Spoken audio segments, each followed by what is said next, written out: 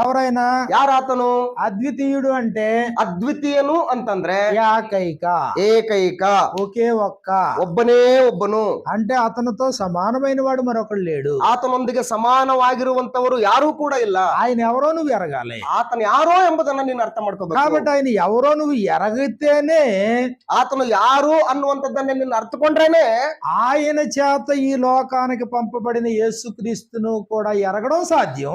ಆತನಿಂದ ಕಳುಹಿಸಲ್ಪಟ್ಟು ಈ ಲೋಕಕ್ಕೆ ಬಂದಂತ ಯೇಸು ಕ್ರಿಸ್ತನನ್ನ ಅರ್ಥಕೊಳ್ಳೋದಕ್ಕೂ ನಿನಗೆ ಸಾಧ್ಯವಾಗುತ್ತೆ. అది నీకు సాధ్యమైనప్పుడే నిత్య జీవానికి సాధ్యం. ಅವು ಸಾಧ್ಯವಾದಾಗಲೇ ನಿನಗೆ ನಿತ್ಯ ಜೀವ ಪ್ರಾಪ್ತಿ. ప్రభు అయినటువంటి యేసుక్రీస్తు వారు ఈ భూమి మీదకి రావడంలో కారణాల్లో ಕರ್ತನಾದ ಯೇಸು ಕ್ರಿಸ್ತನು ಈ ಭೂಮಿಗೆ ಬರುವುದಕ್ಕೆ ಕಾರಣಗಳಲ್ಲಿ ఒక ప్రధానమైనటువంటి కారణం ఉంది. ಬಹಳ ಮುಖ್ಯವಾದಂತ ಒಂದು ಕಾರಣ ಇದೆ. అనేకమైన కారణాలు ఉన్నాయి, ಅನೇಕ ಕಾರಣಗಳಿದಾವೆ. కానీ వాటిలో ఒక ప్రధానమైన కారణం ఏంటంటే ಅವುಗಳಲ್ಲಿ ಬಹುಮುಖ್ಯವಾದಂತ ಒಂದು ಕಾರಣ ಏನು ಅಂತಂದ್ರೆ సత్యమును గూర్చి సాక్ష్యం ఇవ్వడానికి సత్య సాక్షిగా ఆయన ఈ లోకానికి రావడం జరిగింది. ಸತ್ಯವನ್ನು ಕುರಿತು ಸಾಕ್ಷಿ ಹೇಳುವುದಕ್ಕೋಸ್ಕರ ಆತನು ಈ ಭೂಮಿಗೆ ಬರುವಂತದ್ದಾಗಿದೆ. యోహాను సువార్త 18వ అధ్యాయాన్ని మనం చూసినప్పుడు ಯೋಹಾನ್ ಬರೆಸುವಾರ್ತೆ 18ನೇ ಅಧ್ಯಾಯವನ್ನ ನಾವು ನೋಡುವಾಗ పిలాతు ప్రభు అయినటువంటి యేసుక్రీస్తు వారితో ఈ ప్రకారంగా మాట్లాడడం జరిగింది. ಪಿಲಾತನು ಕರ್ತನಾದ ಯೇಸು ಕ್ರಿಸ್ತನಿಗೆ ಈ ರೀತಿಯಾಗಿ ಮಾತಾಡುವಂತದ್ದು ನಡೆದಿದೆ. ఇదిగో 36వ వచనంలో 36ನೇ ವಚನದಲ್ಲಿ 37 నుంచి మనం చూద్దాం. 37ನೇ ವಚನದಿಂದ ನಾವು ನೋಡೋಣ. యోహాను సువార్త 18వ అధ్యాయము 37వ వచనంలో ಯೋಹಾನ್ ಬರೆಸುವಾರ್ತೆ 18ನೇ ಅಧ್ಯಾಯ 37ನೇ ವಚನದಲ್ಲಿ అందుకు పిలాతు ಅದಕ್ಕೆ ಪಿಲಾತನು నీవు రాజువా, ಹಾಗಾದ್ರೆ ನೀನು ಅರಸನು ಹೌದಲ್ಲವೇ అని ఆయనను అడుగగా ಅಂದನು. ಯೇಸು నీవన్నట్టు నేను రాజునే, ಅವನಿಗೆ ನನ್ನನ್ನು ಅರಸನೆಂದು ನೀನೇ ಹೇಳಿದ್ದಿ.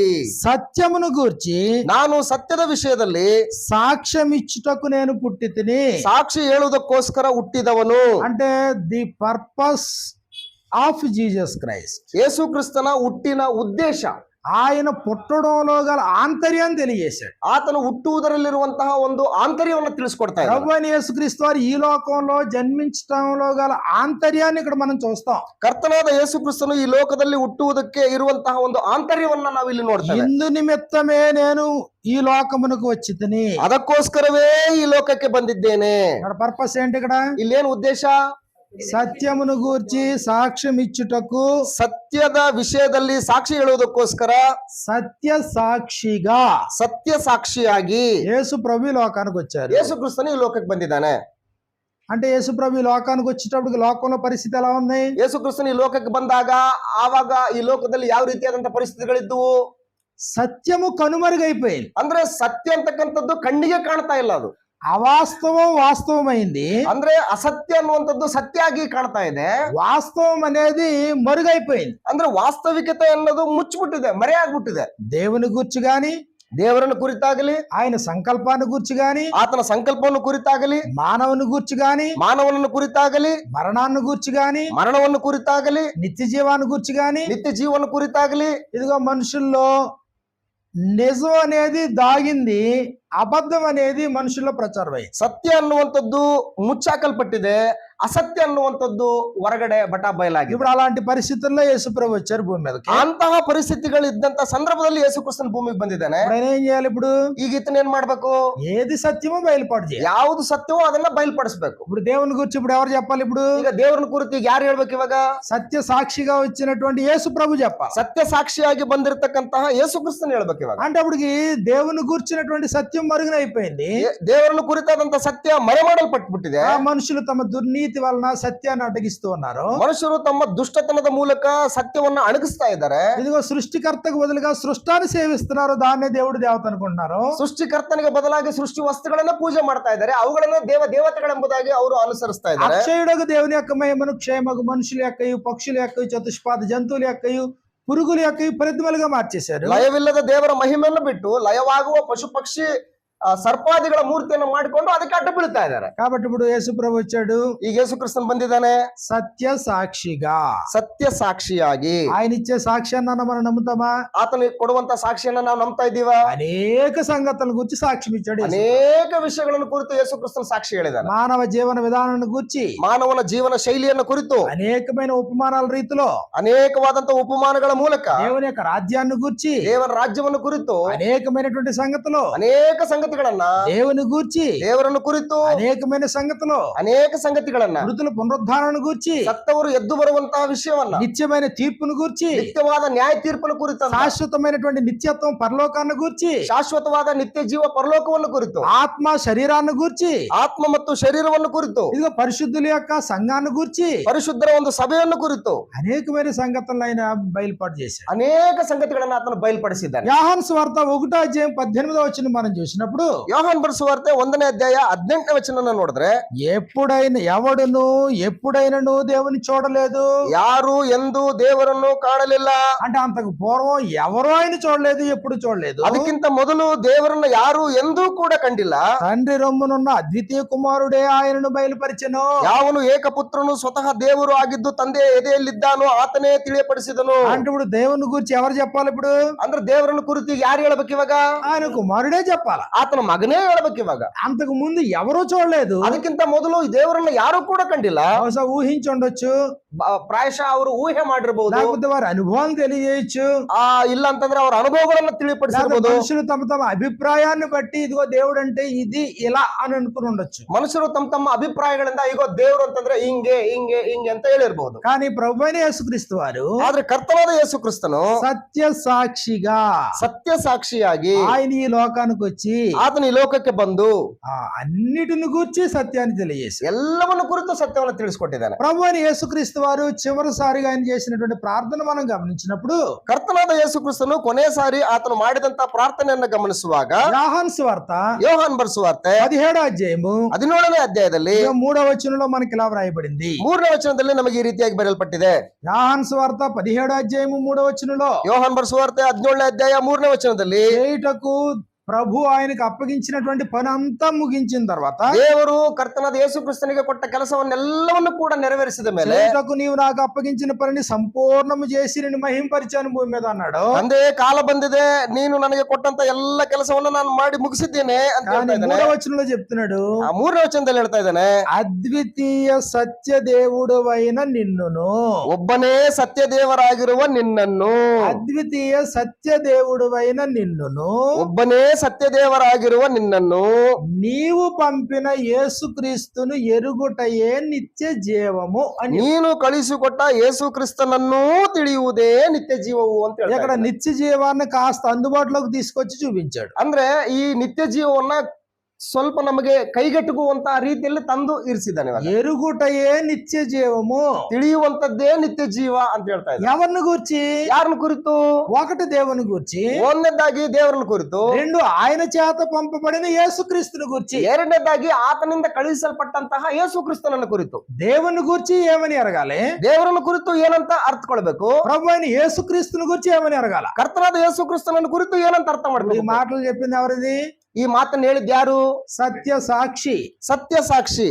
సత్య సాక్షి సాక్ష్యం ఇవ్వడానికి వచ్చినటువంటి ఆయన, ಸತ್ಯ ಸಾಕ್ಷಿ ಸಾಕ್ಷಿಯನ್ನು ಕೊಡೋದಕ್ಕೆ ಬಂದಂತ ಆತನು, అద్వితీయ సత్య దేవుడు అయిన నిన్నును, ಒಬ್ಬನೇ ಸತ್ಯ ದೇವರಾಗಿರುವಂತಹ ನಿನ್ನನ್ನು, నీవు పంపిన యేసుక్రీస్తును ఎరుగుటయే నిత్య జీవము. ನೀನು ಕಳುಹಿಸಿಕೊಟ್ಟ ಯೇಸು ಕ್ರಿಸ್ತನನ್ನು ತಿಳಿಯುವುದೇ ನಿತ್ಯ ಜೀವವು. కాబట్టి ఇప్పుడు ఆయన చెప్తున్నాడు, ఆయన దేవుడు అద్వితీయ సత్య దేవుడు. ಅಂದ್ರೆ ದೇವರು ಅದ್ವಿತೀಯ ಸತ್ಯ ದೇವರು, ಒಬ್ಬನೇ ಸತ್ಯ ದೇವರು ಅಂತ ಹೇಳ್ತಾರೆ. అద్వితీయ సత్య దేవుని ఎరగాల. ಅದ್ವಿತೀಯ ಸತ್ಯ ದೇವರನ್ನ ಅರಿತುಕೊಳ್ಳಬೇಕು. అంటే ఇప్పుడు నిత్య జీవాన్ని కోరుకునేటువంటి ఏ వ్యక్తి అయినా ನಿತ್ಯ ಜೀವನ ಕೋರಿಕೊಳ್ಳುವಂತಹ ಯಾವ ವ್ಯಕ್ತಿಯೇ ಆಗಲಿ దేవుణ్ణి ఏమని ఎరగాలి? ದೇವರನ್ನ ಏನಂತ ಅರ್ಥಕೊಳ್ಬೇಕು? అద్వితీయ సత్య దేవుడు. ಅದ್ವಿತೀಯ ಸತ್ಯ ದೇವರು, ಒಬ್ಬನೇ ಸತ್ಯ ದೇವರು. కాబట్టి ఇశ్రాయేలీయులకి దేవుడు కనపరుచుకున్నాడు. ಇಸ್ರಾಯೇಲರಿಗೆ ದೇವರು ತನ್ನನ್ನು ತಾನು ತಿಳಿಯಪಡಿಸಿಕೊಂಡಿದ್ದಾನೆ. అంత మాత్రమే కాదు, ప్రభు అయిన యేసుక్రీస్తు ద్వారా దేవుడు తను తాను పరిచయం చేసుకున్నాడు. ಅಷ್ಟು ಮಾತ್ರವಲ್ಲದೆ ಯೇಸು ಕ್ರಿಸ್ತನ ಮೂಲಕ ಕೂಡ ತನ್ನನ್ನು ತಾನು ಯಾರೆಂಬುದಾಗಿ ಪ್ರಕಟಿಸಿಕೊಂಡಿದ್ದಾನೆ. యోహాను సువార్త 14వ అధ్యాయం 1వ వచనంలో, ಯೋಹಾನ್ ಬರೆಸುವಾರ್ತೆ 14ನೇ ಅಧ್ಯಾಯ 1ನೇ ವಚನದಲ್ಲಿ, మీ హృదయములను కలవరపడనీయకుడి, ನಿಮ್ಮ ಹೃದಯವು ಕಳವಳಗೊಳ್ಳದೇ ಇರಲಿ. ఇదిగో ప్రభు అంటాడు, నా యందు విశ్వాసం ఉంచుడి అని మాత్రం చెప్పట్లేదు. ಅಂದ್ರೆ ಈಗೋ ನನ್ನಲ್ಲಿ ವಿಶ್ವಾಸ ಇಡಿ ಎಂಬುದಾಗಿ ಯೇಸು ಕ್ರಿಸ್ತನು ಹೇಳ್ತಾ ಇಲ್ಲ. ಅಲ್ಲಿ దేవుని యందు విశ్వాసం ఉంచుచున్నారు, ದೇವರನ್ನೂ ನಂಬಿರಿ, నా యందు విశ్వాసం ఉంచుడి. ನನ್ನನ್ನೂ ನಂಬಿರಿ. Believe in God, believe in God, believe also in me. Believe also in me. ನನ್ನಲ್ಲಿಯೂ ಕೂಡ ನೀವು ನಂಬಿರಿ. నన్ను మాత్రమే నమ్మండి అన్నాడా ప్రభు. ನನ್ನನ್ನು ಮಾತ್ರವೇ ನಂಬಿರಿ ಅಂತ ಹೇಳಿದಾನೆ ಯೇಸು ಕ್ರಿಸ್ತನು. దేవుని యందు విశ్వాసం ఉంచుతున్నారు, ದೇವರಲ್ಲಿ ನಂಬಿಕೆ ಇಡ್ತಾ ಇದ್ದೀರಿ, నా యందును విశ్వాసం ఉంచుడి. ನನ್ನಲ್ಲೂ ನಂಬಿಕೆ ಇಡ್ರಿ. దేవుని విషయంలో ఎలా నమ్మకించాలి ಅಂದ್ರೆ ದೇವರ ವಿಷಯದಲ್ಲಿ ಯಾವ ರೀತಿಯಾದಂತ ನಂಬಿಕೆಯನ್ನು ಇಡಬೇಕು. కాబట్టి ఇశ్రాయేలు పరిస్థితిని మనం చూసినప్పుడు, ಆದ್ರಿಂದ ಇಸ್ರಾಯೇಲರ పరిస్థితిಯನ್ನು ನಾವು ನೋಡಿದಾಗ ధర్మశాస్త్రంలో దేవుడు తన్ను తాను కనపరుచుకున్న విధానం మనకు కనబడుతుంది. ಧರ್ಮಶಾಸ್ತ್ರದಲ್ಲಿ ದೇವರು ತನ್ನನ್ನು ತಾನು ಬಯలుಪಡಿಸಿಕೊಂಡಂತ ವಿಧಾನ ನಮಗೆ ఆ ಗೊತ್ತಾಗುತ್ತೆ. మాటకొస్తే దేవుడు తన్ను గూర్చి తానే చెప్పుకున్నాడు. ಆ ಮಾತಿಗೆ ಬಂದ್ರೆ ದೇವರು ತನ್ನ ಬಗ್ಗೆ ತಾನೇ ಹೇಳ್ಕೊಂಡಿದ್ದಾನೆ. ಅಲ್ಲಿ రోమిలికి రాసిన పత్రిక 1వ అధ్యాయము 19వ వచనం మనం చూసినప్పుడు, ರೋಮಾಪುರದವರಿಗೆ ಬರೆದ ಪತ್ರಿಕೆ 1ನೇ ಅಧ್ಯಾಯ 18ನೇ ವಚನದಲ್ಲಿ ನೋಡಿದ್ರೆ, ఎందుకనగా దేవుని గూర్చి తెలియశక్యమైనదేదో, ದೇವರನ್ನು ಕುರಿತು ತಿಳಿಯಬಹುದಾದಂತದ್ದು ಅವರ ಮನಸ್ಸಿಗೆ ಸ್ಪಷ್ಟವಾಗಿ ತಿಳಿದಿದೆ. ఆ దేవుని గూర్చి తెలియశక్యమైనదేదో అది వారి మధ్య విషితమై ఉన్నది. ದೇವರ ವಿಷಯವಾಗಿ ತಿಳಿಯಬಹುದಾದದ್ದು ಅವರ ಮನಸ್ಸಿಗೆ ಸ್ಪಷ್ಟವಾಗಿ ತಿಳಿದಿದೆ. దేవుడు అది వారికి విషితపరిచెను. ಅದನ್ನು ಅವರಿಗೆ ದೇವರೇ ಸ್ಪಷ್ಟವಾಗಿ ತಿಳಿಸಿದನು. అంటే తన్ను గూర్చి ఎవరు చెప్పుకున్నారు? ಅಂದ್ರೆ ತನ್ನ ಬಗ್ಗೆ ಯಾರು ಹೇಳ್ಕೊಂಡಿದ್ದಾರೆ? ఇదిగో నేను అంటే పలానా అని దేవుడే బయలుపాటు చేస్తాడు. ಈಗ ನಾನು ಅಂದ್ರೆ ಇಂತಿಂತಾತನು ಅಂತ ಹೇಳಿ ದೇವರು ತನ್ನ ಬಗ್ಗೆ ತಾನೇ ಹೇಳ್ಕೊಂಡಿದ್ದಾನೆ. ಎರಡನೇದ್ದು, ప్రభువైన యేసుక్రీస్తు బయలుపాటు చేశాడు. ಯೇಸು ಕ್ರಿಸ್ತನು ಆತನನ್ನ ಬಯಲ್ಪಡಿಸಿದ್ದಾನೆ. కాబట్టి దేవుడు తన్ను గూర్చి ఎలా బయలుపాటు చేసుకున్నాడో మనం అలాగే ఆయన నమ్మాల. ಅಂದ್ರೆ ದೇವರು ತನ್ನ ಬಗ್ಗೆ ತಾನು ಯಾವ ರೀತಿ ಬಯಲ್ಪಡಿಸಿಕೊಂಡಿದ್ದಾನೋ ಅದೇ ರೀತಿಯಲ್ಲಿ ನಾವು ನಂಬಬೇಕು. దేవుని గూర్చి యేసు ప్రభు ఏవైతే బయలుపాటు చేశాడో అదే నమ్మాలి మనం. ದೇವರನ್ನು ಕುರಿತು ಯೇಸು ಕ್ರಿಸ್ತನು ಯಾವುದನ್ನ ಬಯಲ್ಪಡಿಸಿದ್ದಾನೋ ಅದನ್ನೇ ನಾವು ನಂಬಬೇಕು. ప్రభు అయిన యేసుక్రీస్తు వారి తర్వాత అపోస్తలులు దేవుణ్ణి ఎలాగైతే బయలుపాటు చేశారో మనం అలాగే నమ్మాల. ಯೇಸು ಕ್ರಿಸ್ತನ ನಂತರ ಅಪೋಸ್ತಲರು ದೇವರನ್ನ ಯಾವ ರೀತಿಯಾಗಿ ಬಯಲ್ಪಡಿಸಿದಾರೋ ಅದೇ ರೀತಿಯಾಗಿ ನಾವು ಕೂಡ ನಂಬಬೇಕು. ద్వితీయోపదేశ కాండాన్ని మనం చూసినప్పుడు, ಧರ್ಮೋಪದೇಶ ಕಾಂಡವನ್ನು ನಾವು ನೋಡಿದಾಗ 6వ అధ్యాయం 4వ వచనంలో మనకి ఇలా వ్రాయబడింది. 6ನೇ ಅಧ್ಯಾಯ 4ನೇ ವಚನದಲ್ಲಿ ನಮಗೆ ಈ ರೀತಿಯಾಗಿ ಬರೆಯಲ್ಪಟ್ಟಿದೆ. ద్వితీయోపదేశ కాండము 6వ అధ్యాయము 4వ వచనం మనం చూసినప్పుడు, ಧರ್ಮೋಪದೇಶ ಕಾಂಡ ಪುಸ್ತಕ 6ನೇ ಅಧ್ಯಾಯ 4ನೇ ವಚನವನ್ನು ನಾವು ನೋಡಿದಾಗ, ఇశ్రాయేలు వినుము, ಇಸ್ರಾಯೇಲರೇ ಕೇಳಿರಿ. ఇది ఎవరికి తెలియజేస్తున్నాడు? ಯಾರಿಗೆ ತಿಳಿಯಪಡಿಸ್ತಾ ಇದ್ದಾನೆ ಇದನ್ನ? దేవుని ప్రజలు, దేవుని స్వాస్థ్యమైనటువంటి ఇశ్రాయేలు వారికి, ದೇವರ ಪ್ರಜೆಗಳಿಗೂ ದೇವರ ಸ್ವಾಸ್ಥ್ಯವಾಗಿರ್ತಕ್ಕಂಥ ಇಸ್ರಾಯೇಲ್ ಪ್ರಜೆಗಳಿಗೆ ತಿಳಿಸ್ತಾ ಇದ್ದಾನೆ. ఇశ్రాయేలు వినుము, ಇಸ್ರಾಯೇಲರೇ ಕೇಳಿರಿ. మన దేవుడైన యెహోవా, ನಮ್ಮ ದೇವರಾದ ಯೆಹೋವನು అద్వితీయుడగు యెహోవా, ಒಬ್ಬನೇ ದೇವರು. అద్వితీయుడికి అద్వితీయ స్థానాన్నే ఇవ్వాలి. ಅದ್ವಿತೀಯನಾದಂತ ದೇವರಿಗೆ ಅದ್ವಿತೀಯ ಸ್ಥಾನವನ್ನೇ ಕೊಡಬೇಕು. అంటే జీవితం అంతట్లో దేవునికే ప్రధాన స్థానం ఇవ్వాలి, మొదటి స్థానం ఇవ్వాలి. ಜೀವಿತಾಂತ್ಯವೆಲ್ಲವೂ ಕೂಡ ದೇವರಿಗೆ ಪ್ರಥಮ ಸ್ಥಾನವನ್ನು ಕೊಡಬೇಕು. ఎందుకు ఆయనకి ప్రథమ స్థానం ఇవ్వాలి? ಯಾಕೆ ಆತನಿಗೆ ಪ್ರಥಮ ಸ್ಥಾನವನ್ನು ಕೊಡಬೇಕು? ఎందుకంటే ఆయన ಅದ್ವಿತೀಯುడు కాబట్టి. ಯಾಕೆಂತಂದ್ರೆ ಆತನು ಅದ್ವಿತೀಯನಾಗಿರೋದ್ರಿಂದ, ಆತನು ಒಬ್ಬನೇ ಆಗಿರುವುದರಿಂದ. అద్వితీయ దేవుడు ಅದ್ವಿತೀಯ ದೇವರು అద్వితీయ స్థానాన్ని ఆశిస్తున్నాడు. ಅದ್ವಿತೀಯ ಸ್ಥಾನವನ್ನೇ ಬಯಸ್ತಾ ಇದ್ದಾನೆ. రెండో స్థానం దేవునికి ఇస్తానంటే కుదురుతుందా? ದೇವರಿಗೆ 2ನೇ ಸ್ಥಾನವನ್ನ ಕೊಡ್ತೀನಿ ಅಂದ್ರೆ ನಡೀತದ? మూడో స్థానం ఇస్తానంటే కుదురుతుందా? 3ನೇ ಸ್ಥಾನ ಕೊಡ್ತೀನಿ ಅಂದ್ರೆ ನಡೀತದ? ఆ ప్రయారిటీ అన్నిట్లో ఒక్కొక్కటి అన్ని చూసుకుని నేను 10వ స్థానం దేవునికి ఇస్తానంటే కుదురుతుందా? ನನ್ನ ಪ್ರಾಮುಖ್ಯತೆಗಳಲ್ಲಿ 1, 2, 3, 4 ಅಂತ ಹೇಳ್ಬಿಟ್ಟು 10ನೇ ಸ್ಥಾನವನ್ನ ದೇವ್ರಿಗೆ ಕೊಟ್ಟರೆ ನಡೀತದ? దేవుడు ఒప్పుకుంటాడా? ದೇವ್ರು ಒಪ್ಕೊಳ್ತಾನ? ఇదిగో ఆదాము కుమారులైనటువంటి కయ్యను హేబేలు విషయంలో, ಆದಾಮನ ಮಕ್ಕಳಾಗಿರ್ತಕ್ಕಂತಹ ಕಯ್ಯನು ಮತ್ತು ಹೇಬೆಲ್ನ ವಿಷಯದಲ್ಲಿ వారు దేవునికి తీసుకొచ్చి అర్పణలు అర్పించారు. ದೇವರಿಗೆ ಅವರು ಕಾಣಿಕೆಗಳನ್ನ ತಂದು ಅರ್ಪಿಸ್ತಾರೆ. ఇద్దరు అర్పణలు అర్పించారు. ಇಬ್ರು ಕೂಡ ತಂದು ಕಾಣಿಕೆಗಳನ್ನ ಸಮರ್ಪಿಸ್ತಾರೆ. కానీ అందులో ఒకడు దేవునికి ఫస్ట్ ప్లేస్ ఇచ్చాడు. ಅದರಲ್ಲಿ ಒಬ್ಬಾತನು ದೇವರಿಗೆ ಮೊದಲನೇ ಸ್ಥಾನವನ್ನು ಕೊಟ್ಟಿದ್ದ, మరొకడు ఫస్ట్ ప్లేస్ ఇవ్వలేదు. ಇನ್ನೊಬ್ಬನು ಮೊದಲನೇ ಸ್ಥಾನ ಕೊಡ್ಲಿಲ್ಲ. కాబట్టి దేవుడు ఏం కోరేవాడు? ದೇವರು ಏನನ್ನ ಕೋರ್ತಾ ಇದ್ದಾನೆ? ఇదిగో నేను అద్వితీయుడు కాబట్టి ನಾನು ಅದ್ವಿತೀಯನಾಗಿರೋದ್ರಿಂದ అద్వితీయ స్థానాన్ని నాకు ఇవ్వాలి, ನನಗೆ ಅದ್ವಿತೀಯ ಸ್ಥಾನವನ್ನೇ ಕೊಡಬೇಕು ಅಂತ ಬಯಸ್ತಾ ಇದ್ದಾನೆ. చరిత్ర అంతట్లో మనం అదే చూస్తాం. ಚರಿತ್ರೆ ಎಲ್ಲದರಲ್ಲೂ ಕೂಡ ನಾವು ಅದನ್ನೇ ಕಾಣ್ತೇವೆ. కాబట్టి దేవునికి అద్వితీయ స్థానం ఇవ్వనప్పుడు దేవుని యొక్క కోపం మండింది.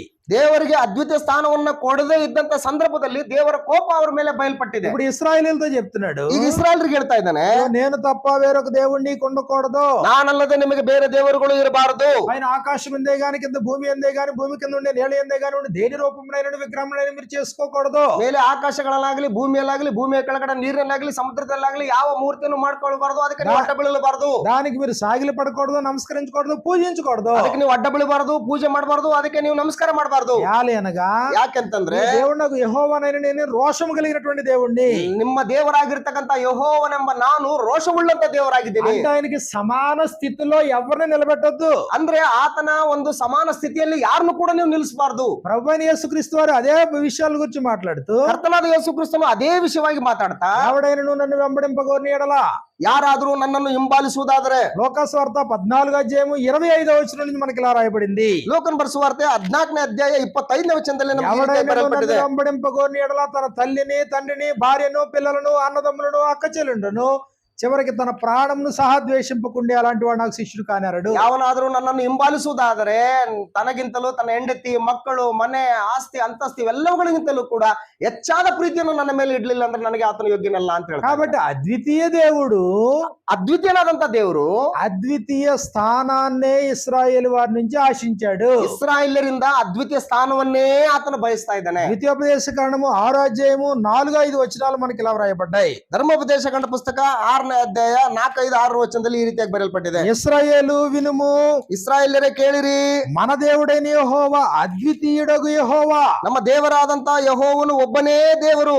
నీ పూర్ణ హృదయముతోను, ನಿನ್ನ ಪೂರ್ಣ ಹೃದಯದಿಂದಲೂ, నీ పూర్ణ ఆత్మతోను, ಪೂರ್ಣ ಪ್ರಾಣದಿಂದಲೂ, నీ పూర్ణ శక్తితోను ಪೂರ್ಣ ಶಕ್ತಿಯಿಂದಲೂ ఈ దేవుడైన యెహోవాను నీవు ప్రేమింపవలెను. ನಿನ್ನ ದೇವರಾದ ಯೆಹೋವನನ್ನ ನೀನು ಪ್ರೀತಿಸಬೇಕು.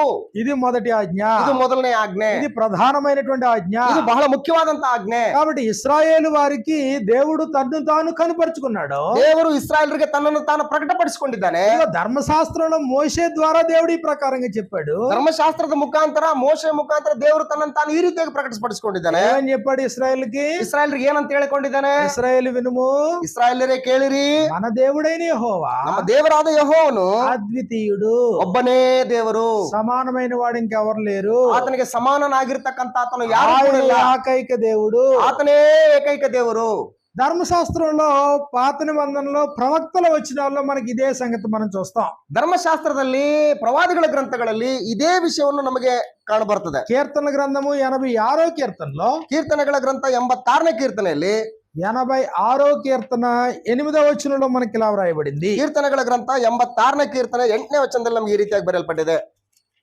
కీర్తనలో 86వ కీర్తన 8వ వచనం మనం చూసినప్పుడు పాత నిబంధన యొక్క లేఖనాలు దేవుని గురించి ఈ ప్రకారంగా తెలియజేశాయి. ಹಳೆ ಒಡಂಬಡಿಕೆಯ ಪುಸ್ತಕಗಳಲ್ಲಿ ದೇವರನ್ನು ಕುರಿತು ಈ ರೀತಿಯಾಗಿ ನಮಗೆ ಬರೆಯಲ್ಪಟ್ಟಿದೆ. ప్రభువా నీవు మహాత్యము గలవాడవు, ಕರ್ತನೇ ದೇವರುಗಳಲ್ಲಿ ನಿನಗೆ ಸಮಾನನೇ ಇಲ್ಲ, ఆశ్చర్య కార్యములు చేయువాడవు, ನಿನ್ನ ಕೃತ್ಯಗಳಿಗೆ ಸರಿಯಾದದ್ದು ಇನ್ನೊಂದಿಲ್ಲ, నీవే అద్వితీయ దేవుడవు. ಕರ್ತನೇ ನಿನ್ನಿಂದ ಉಂಟಾದ ಎಲ್ಲಾ ಜನಾಂಗಗಳು ಒಂದು ಅಂತ ಹೇಳ್ತಾ ಇದ್ದಾನೆ. ప్రభువా ಕರ್ತನೇ దేవతలలో నీ వంటి వాడు లేడు. ದೇವರುಗಳಲ್ಲಿ ನಿನಗೆ ಸಮಾನನೇ ಇಲ್ಲ. కాబట్టి పాత నిబంధన గ్రంథం యొక్క లేఖనాలు, ಹಳೆ ಒಡಂಬಡಿಕೆಯ ಗ್ರಂಥಗಳ ಒಂದು ಲೇಖನಗಳಲ್ಲಿ నీవే అద్వితీయ దేవుడు, ನೀನೇ ಒಬ್ಬನೇ ದೇವರು.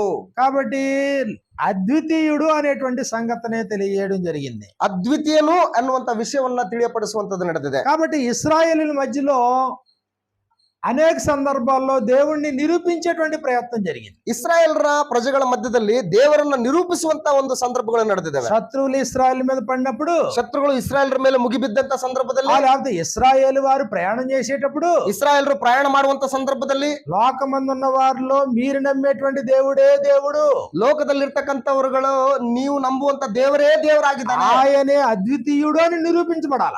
ಆತನೇ ಅದ್ವಿತೀಯನೆಂಬುದಾಗಿ ನಿರೂಪಿಸಲ್ಪಡಬೇಕು. ప్రవక్త అయినటువంటి ఏలియా కాలంలో గాని, ಪ್ರವಾದಿಯಾದಂತ ಏಲಿಯನ ಕಾಲದಲ್ಲಾಗಲಿ, లేకపోతే ఇశ్రాయేలీలు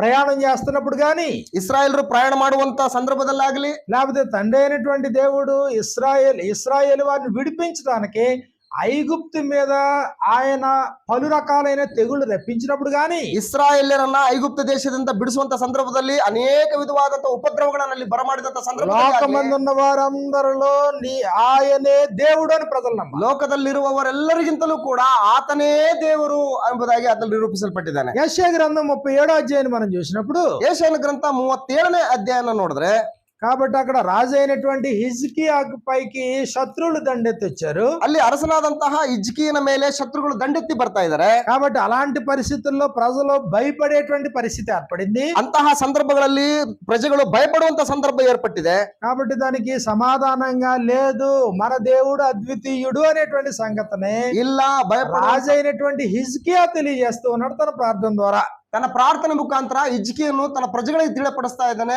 ಇಲ್ಲ ಆತನು ಅದ್ವಿತೀಯನು, ಆತನು ನಮ್ಮ ಪಕ್ಷವಾಗಿದ್ದಾನೆ, ಭಯಪಡುವಂತ ಅವಶ್ಯಕತೆ ಇಲ್ಲ ಎಂಬುದಾಗಿ ತಿಳಿಸ್ತಾ ಇದ್ದಾನೆ. యెషయా గ్రంథము 37వ అధ్యాయము ಯೆಶಾಯನ ಗ್ರಂಥ 37ನೇ ಅಧ್ಯಾಯ 15వ వచనం నుండి మనకి ఈ ప్రకారంగా వ్రాయబడింది. 15ನೇ ವಚನದಿಂದ ನಮಗೆ ಈ ರೀತಿಯಾಗಿ ಬರೆಯಲ್ಪಟ್ಟಿದೆ. యెహోవా ಯೆಹೋವನೇ, ಕೆರೂಬುల మధ్య నివసించున్న ఇశ్రాయేలు దేవా, ಕೆರೂಬಿಗಳ ಮೇಲೆ ಆಸೀನನಾಗಿರುವ ಆತನೇ, భూమి ఆకాశములను కలుగు చేసిన అద్వితీయ దేవా, ಇಸ್ರಾಯೇಲರ ದೇವರೇ, ಸೇನಾಧೀಶ್ವರನಾದ ಯೆಹೋವನೇ, ಎಲ್ಲಾ ಭೂರಾಜ್ಯಗಳನ್ನು ಆಳುವ ದೇವರು ನೀನೊಬ್ಬನೇ.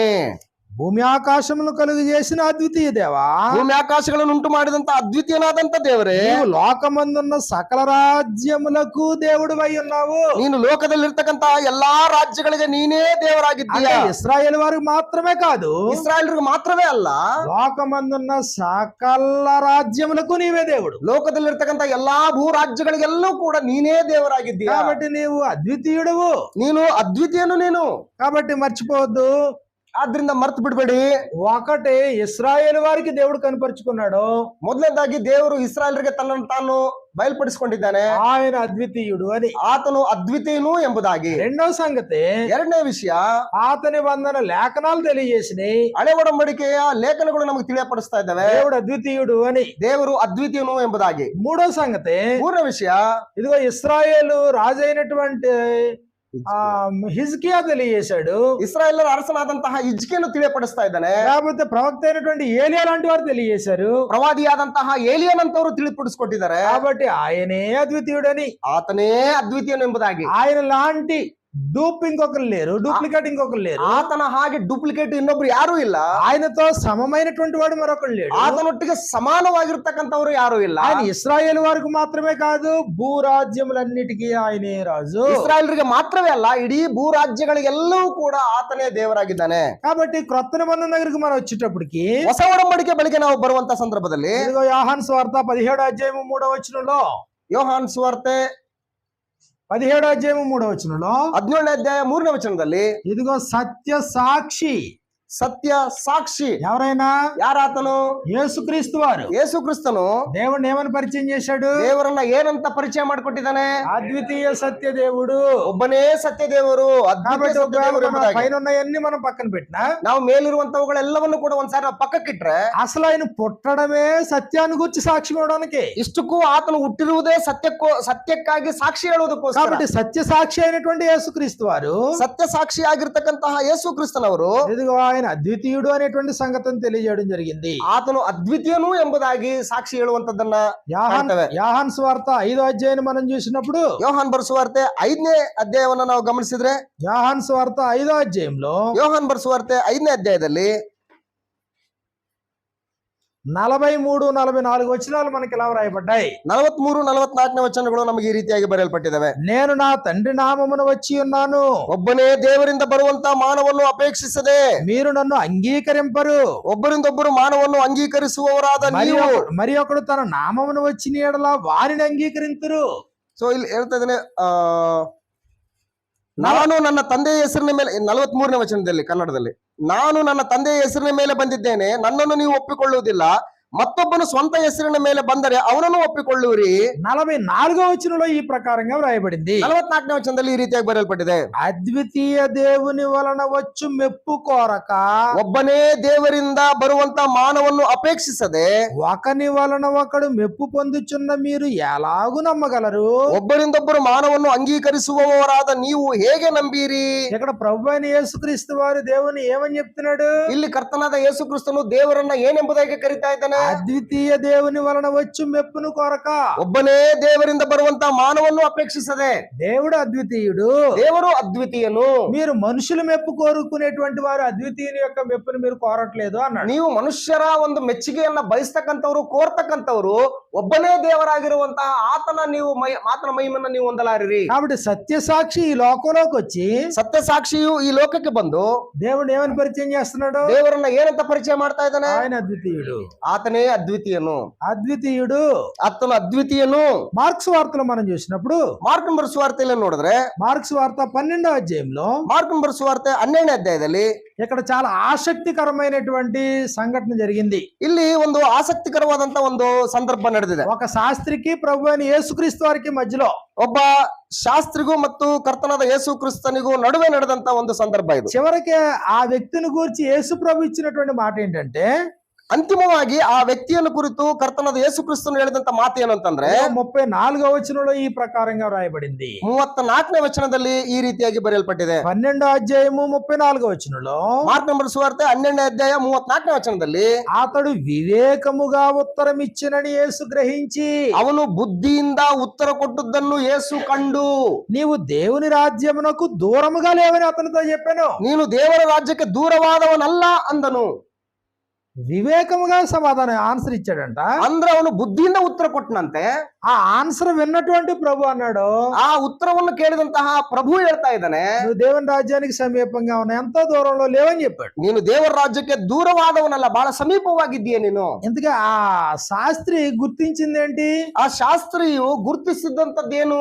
28వ వచనం నుండి మనకి ఇలా రాయబడింది. 28ನೇ ವಚನದಲ್ಲಿ ನಮ್ಗೆ ಈ ರೀತಿಯಾಗಿ ಬರೆಯಲ್ಪಟ್ಟಿದೆ. శాస్త్రుల్లో ఒకడు వచ్చి, ಶಾಸ್ತ್ರಿಗಳಲ್ಲಿ ಒಬ್ಬನು ಅವರ ತರ್ಕವನ್ನು ಕೇಳಿ, వారు తర్కించుట విని ఆయన వారికి బాగుగా ఉత్తరం ఇచ్చినని గ్రహించి, ఆజ్ఞలన్నిట్లో ప్రధానమైనది అదని యేసుని అడిగాడు. ಯೇಸು ಅವರಿಗೆ ಒಳ್ಳೆಯ ಉತ್ತರ ಕೊಟ್ಟನೆಂದು ತಿಳಿದು ಹತ್ತಿರಕ್ಕೆ ಬಂದು ಎಲ್ಲಾ ಆಜ್ಞೆಗಳಲ್ಲಿ ಮೊದಲನೆಯದು ಯಾವುದು ಎಂದು ಆತನನ್ನು ಕೇಳಿದ್ದಕ್ಕೆ, కాబట్టి అప్పటికే ఇదిగో వాళ్ళ మధ్యలో తర్కం జరుగుతుంది. ఇదంతా విన్నాడు. యేసు ప్రభు కరెక్ట్ ఆన్సర్లు ఇస్తున్నాడని గుర్తించాడు.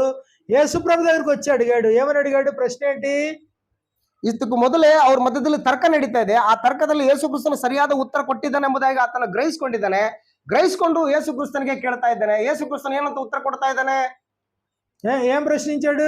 ಏನಂತ ಪ್ರಶ್ನೆ ಮಾಡಿದ್ದಾನೆ? ఆజ్ఞలన్నిట్లో ప్రధానమైనది ఏది? ಅಂದ್ರೆ ಆಜ್ಞೆಗಳಲ್ಲಿ ಬಹುಮುಖ್ಯವಾದಂತ ಆಜ್ಞೆ ಯಾವುದು ಅಂತ ಕೇಳ್ತಾ ಇದ್ದಾನೆ. దానికి 29వ వచనంలో, ಅದಕ್ಕೆ 29ನೇ ವಚನದಲ್ಲಿ, అందుకు యేసు, ಅದಕ್ಕೆ ಯೇಸು, ప్రధానమైనది ఏదనగా, ಬಹುಮುಖ್ಯವಾದದ್ದು ಏನು ಅಂತಂದ್ರೆ, ఓ ఇశ్రాయేలు వినుము, ಓ ಇಸ್ರಾಯೇಲ್ ಜನವೇ ಕೇಳು, మన దేవుడైన ప్రభు అద్వితీయ ప్రభు, ನಮ್ಮ ದೇವರಾದ ಕರ್ತನು ಒಬ್ಬನೇ ದೇವರು. నీ పూర్ణ హృదయముతోను, ನಿನ್ನ ದೇವರಾದ ಕರ್ತನನ್ನು ಪೂರ್ಣ ಹೃದಯದಿಂದಲೂ, ಪೂರ್ಣ ಪ್ರಾಣದಿಂದಲೂ, నీ పూర్ణ వివేకముతోను, ನಿನ್ನ ಪೂರ್ಣ ಬುದ್ಧಿಯಿಂದಲೂ, నీ పూర్ణ బలముతోను, ನಿನ್ನ ಪೂರ್ಣ ಶಕ್ತಿಯಿಂದಲೂ నీ దేవుడైన ప్రభువుని నీవు ప్రేమించాలి. ನಿನ್ನ ದೇವರಾದ ಕರ್ತನನ್ನು ನೀನು ಪ್ರೀತಿಸಬೇಕು. ఇది ప్రధానమైన ఆజ్ఞ ಎಂಬುದೇ ಮೊದಲನೆಯ ಆಜ್ಞೆ. ఆన్సర్ ఇచ్చింది ఎవరు?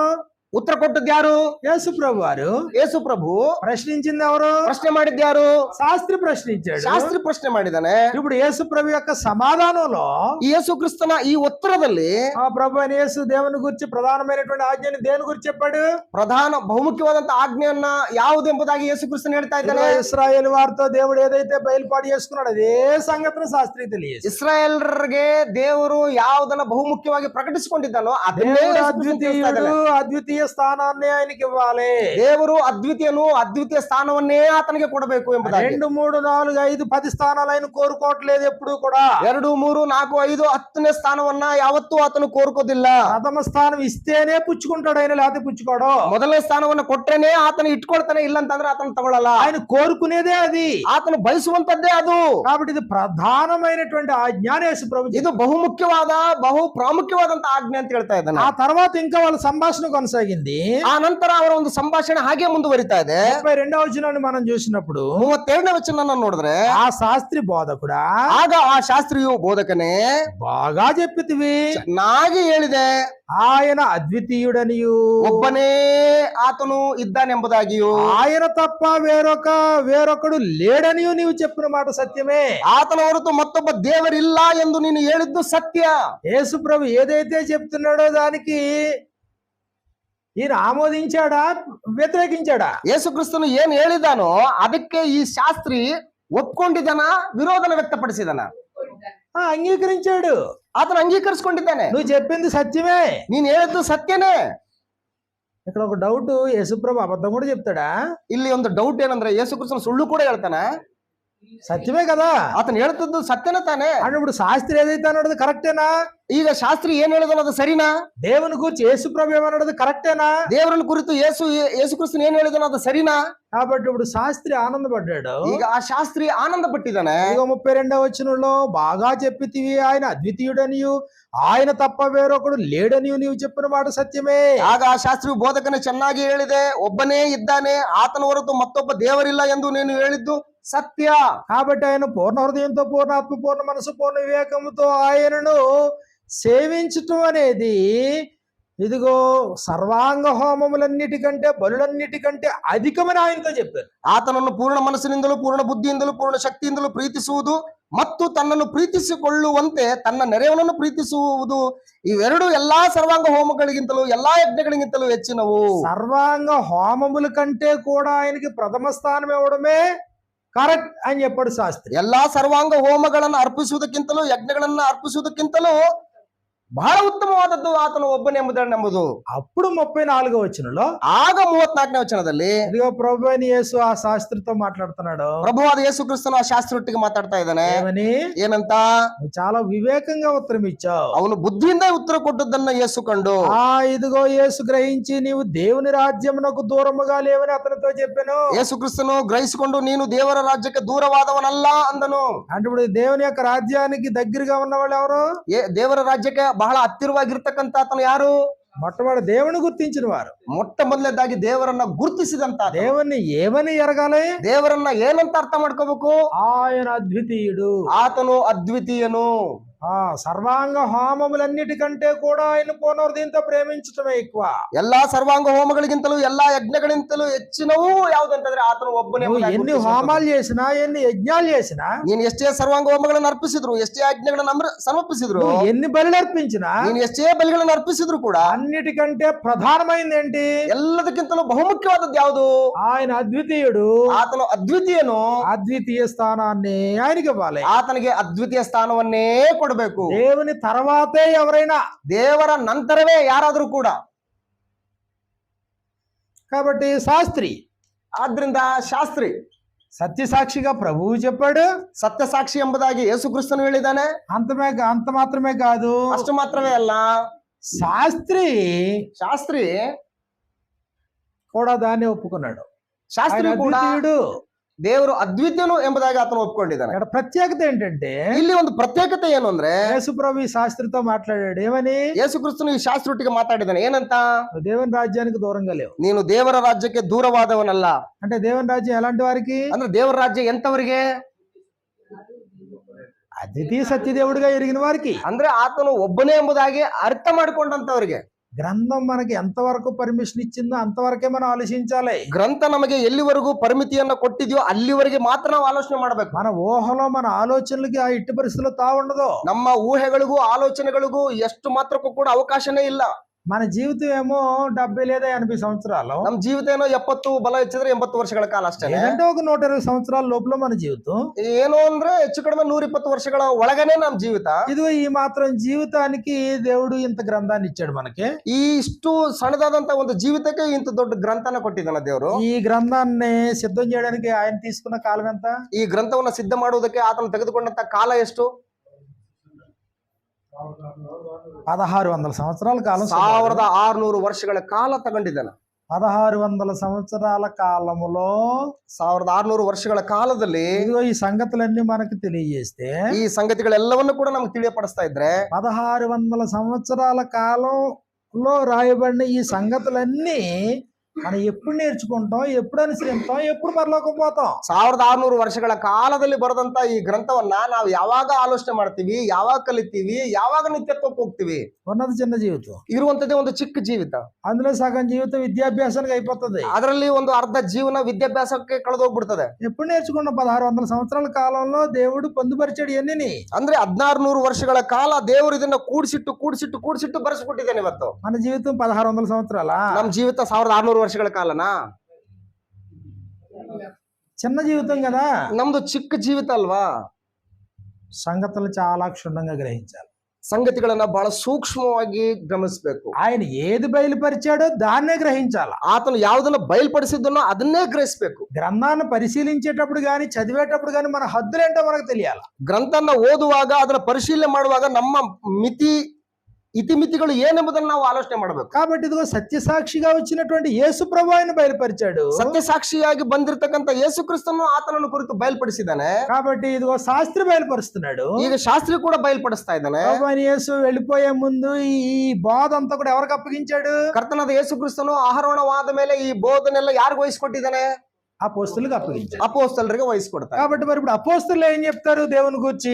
ಈಗ ಅಪೋಸ್ತಲರು ಏನ್ ಹೇಳ್ತಾ ಇದ್ದಾರೆ ದೇವರನ್ನ ಕುರಿತು? కాబట్టి అపోస్తలు ఏం మాట్లాడారో ఒకసారి మనం చూద్దాం. ಅಪೋಸ್ತಲರು ಏನಂತ ಮಾತಾಡಿದಾರೆ ಒಂದ್ಸರಿ ನಾವು ನೋಡೋಣ. గ్రంథాన్ని మనం పరిశీలించగలిగితే ಗ್ರಂಥವನ್ನ ನಾವು ಪರಿಶೀಲನೆ ಮಾಡುವುದಾದ್ರೆ తిమోతికి రాసినటువంటి మొదటి పత్రిక 1:17 ತಿಮೋತಿಗೆ ಬರೆದ ಮೊದಲನೇ ಪತ್ರಿಕೆ 1ನೇ ಅಧ್ಯಾಯ 17ನೇ ವಚನದಲ್ಲಿ, తిమోతికి రాసిన మొదటి పత్రిక 1:17 మనకి ఈ ప్రకారంగా వ్రాయబడింది. ತಿಮೋತಿಗೆ ಬರೆದ ಮೊದಲನೇ ಪತ್ರಿಕೆ 1ನೇ ಅಧ್ಯಾಯ 17ನೇ ವಚನದಲ್ಲಿ ನಮಗೆ ಈ ರೀತಿಯಾಗಿ ಬರೆಯಲ್ಪಟ್ಟಿದೆ. సకల యుగములలో రాజయ్యుండి ಸರ್ವ ಯುಗಗಳ ಅರಸನಾಗಿದ್ದು అక్షయుడును ನಿರ್ಲಯನು అదృశ్యుడునగు ಅದೃಶ್ಯನೂ ಆಗಿರುವ అద్వితీయ దేవునికి ಏಕ ದೇವರಿಗೆ ఘనతయు ಯುಗ ಯುಗಾಂತರಗಳಲ್ಲಿಯೂ మహిమయు ಮಾನವು ಪ್ರಭಾವಗಳಿರಲಿ. యుగ యుగములు కలుగును గాక.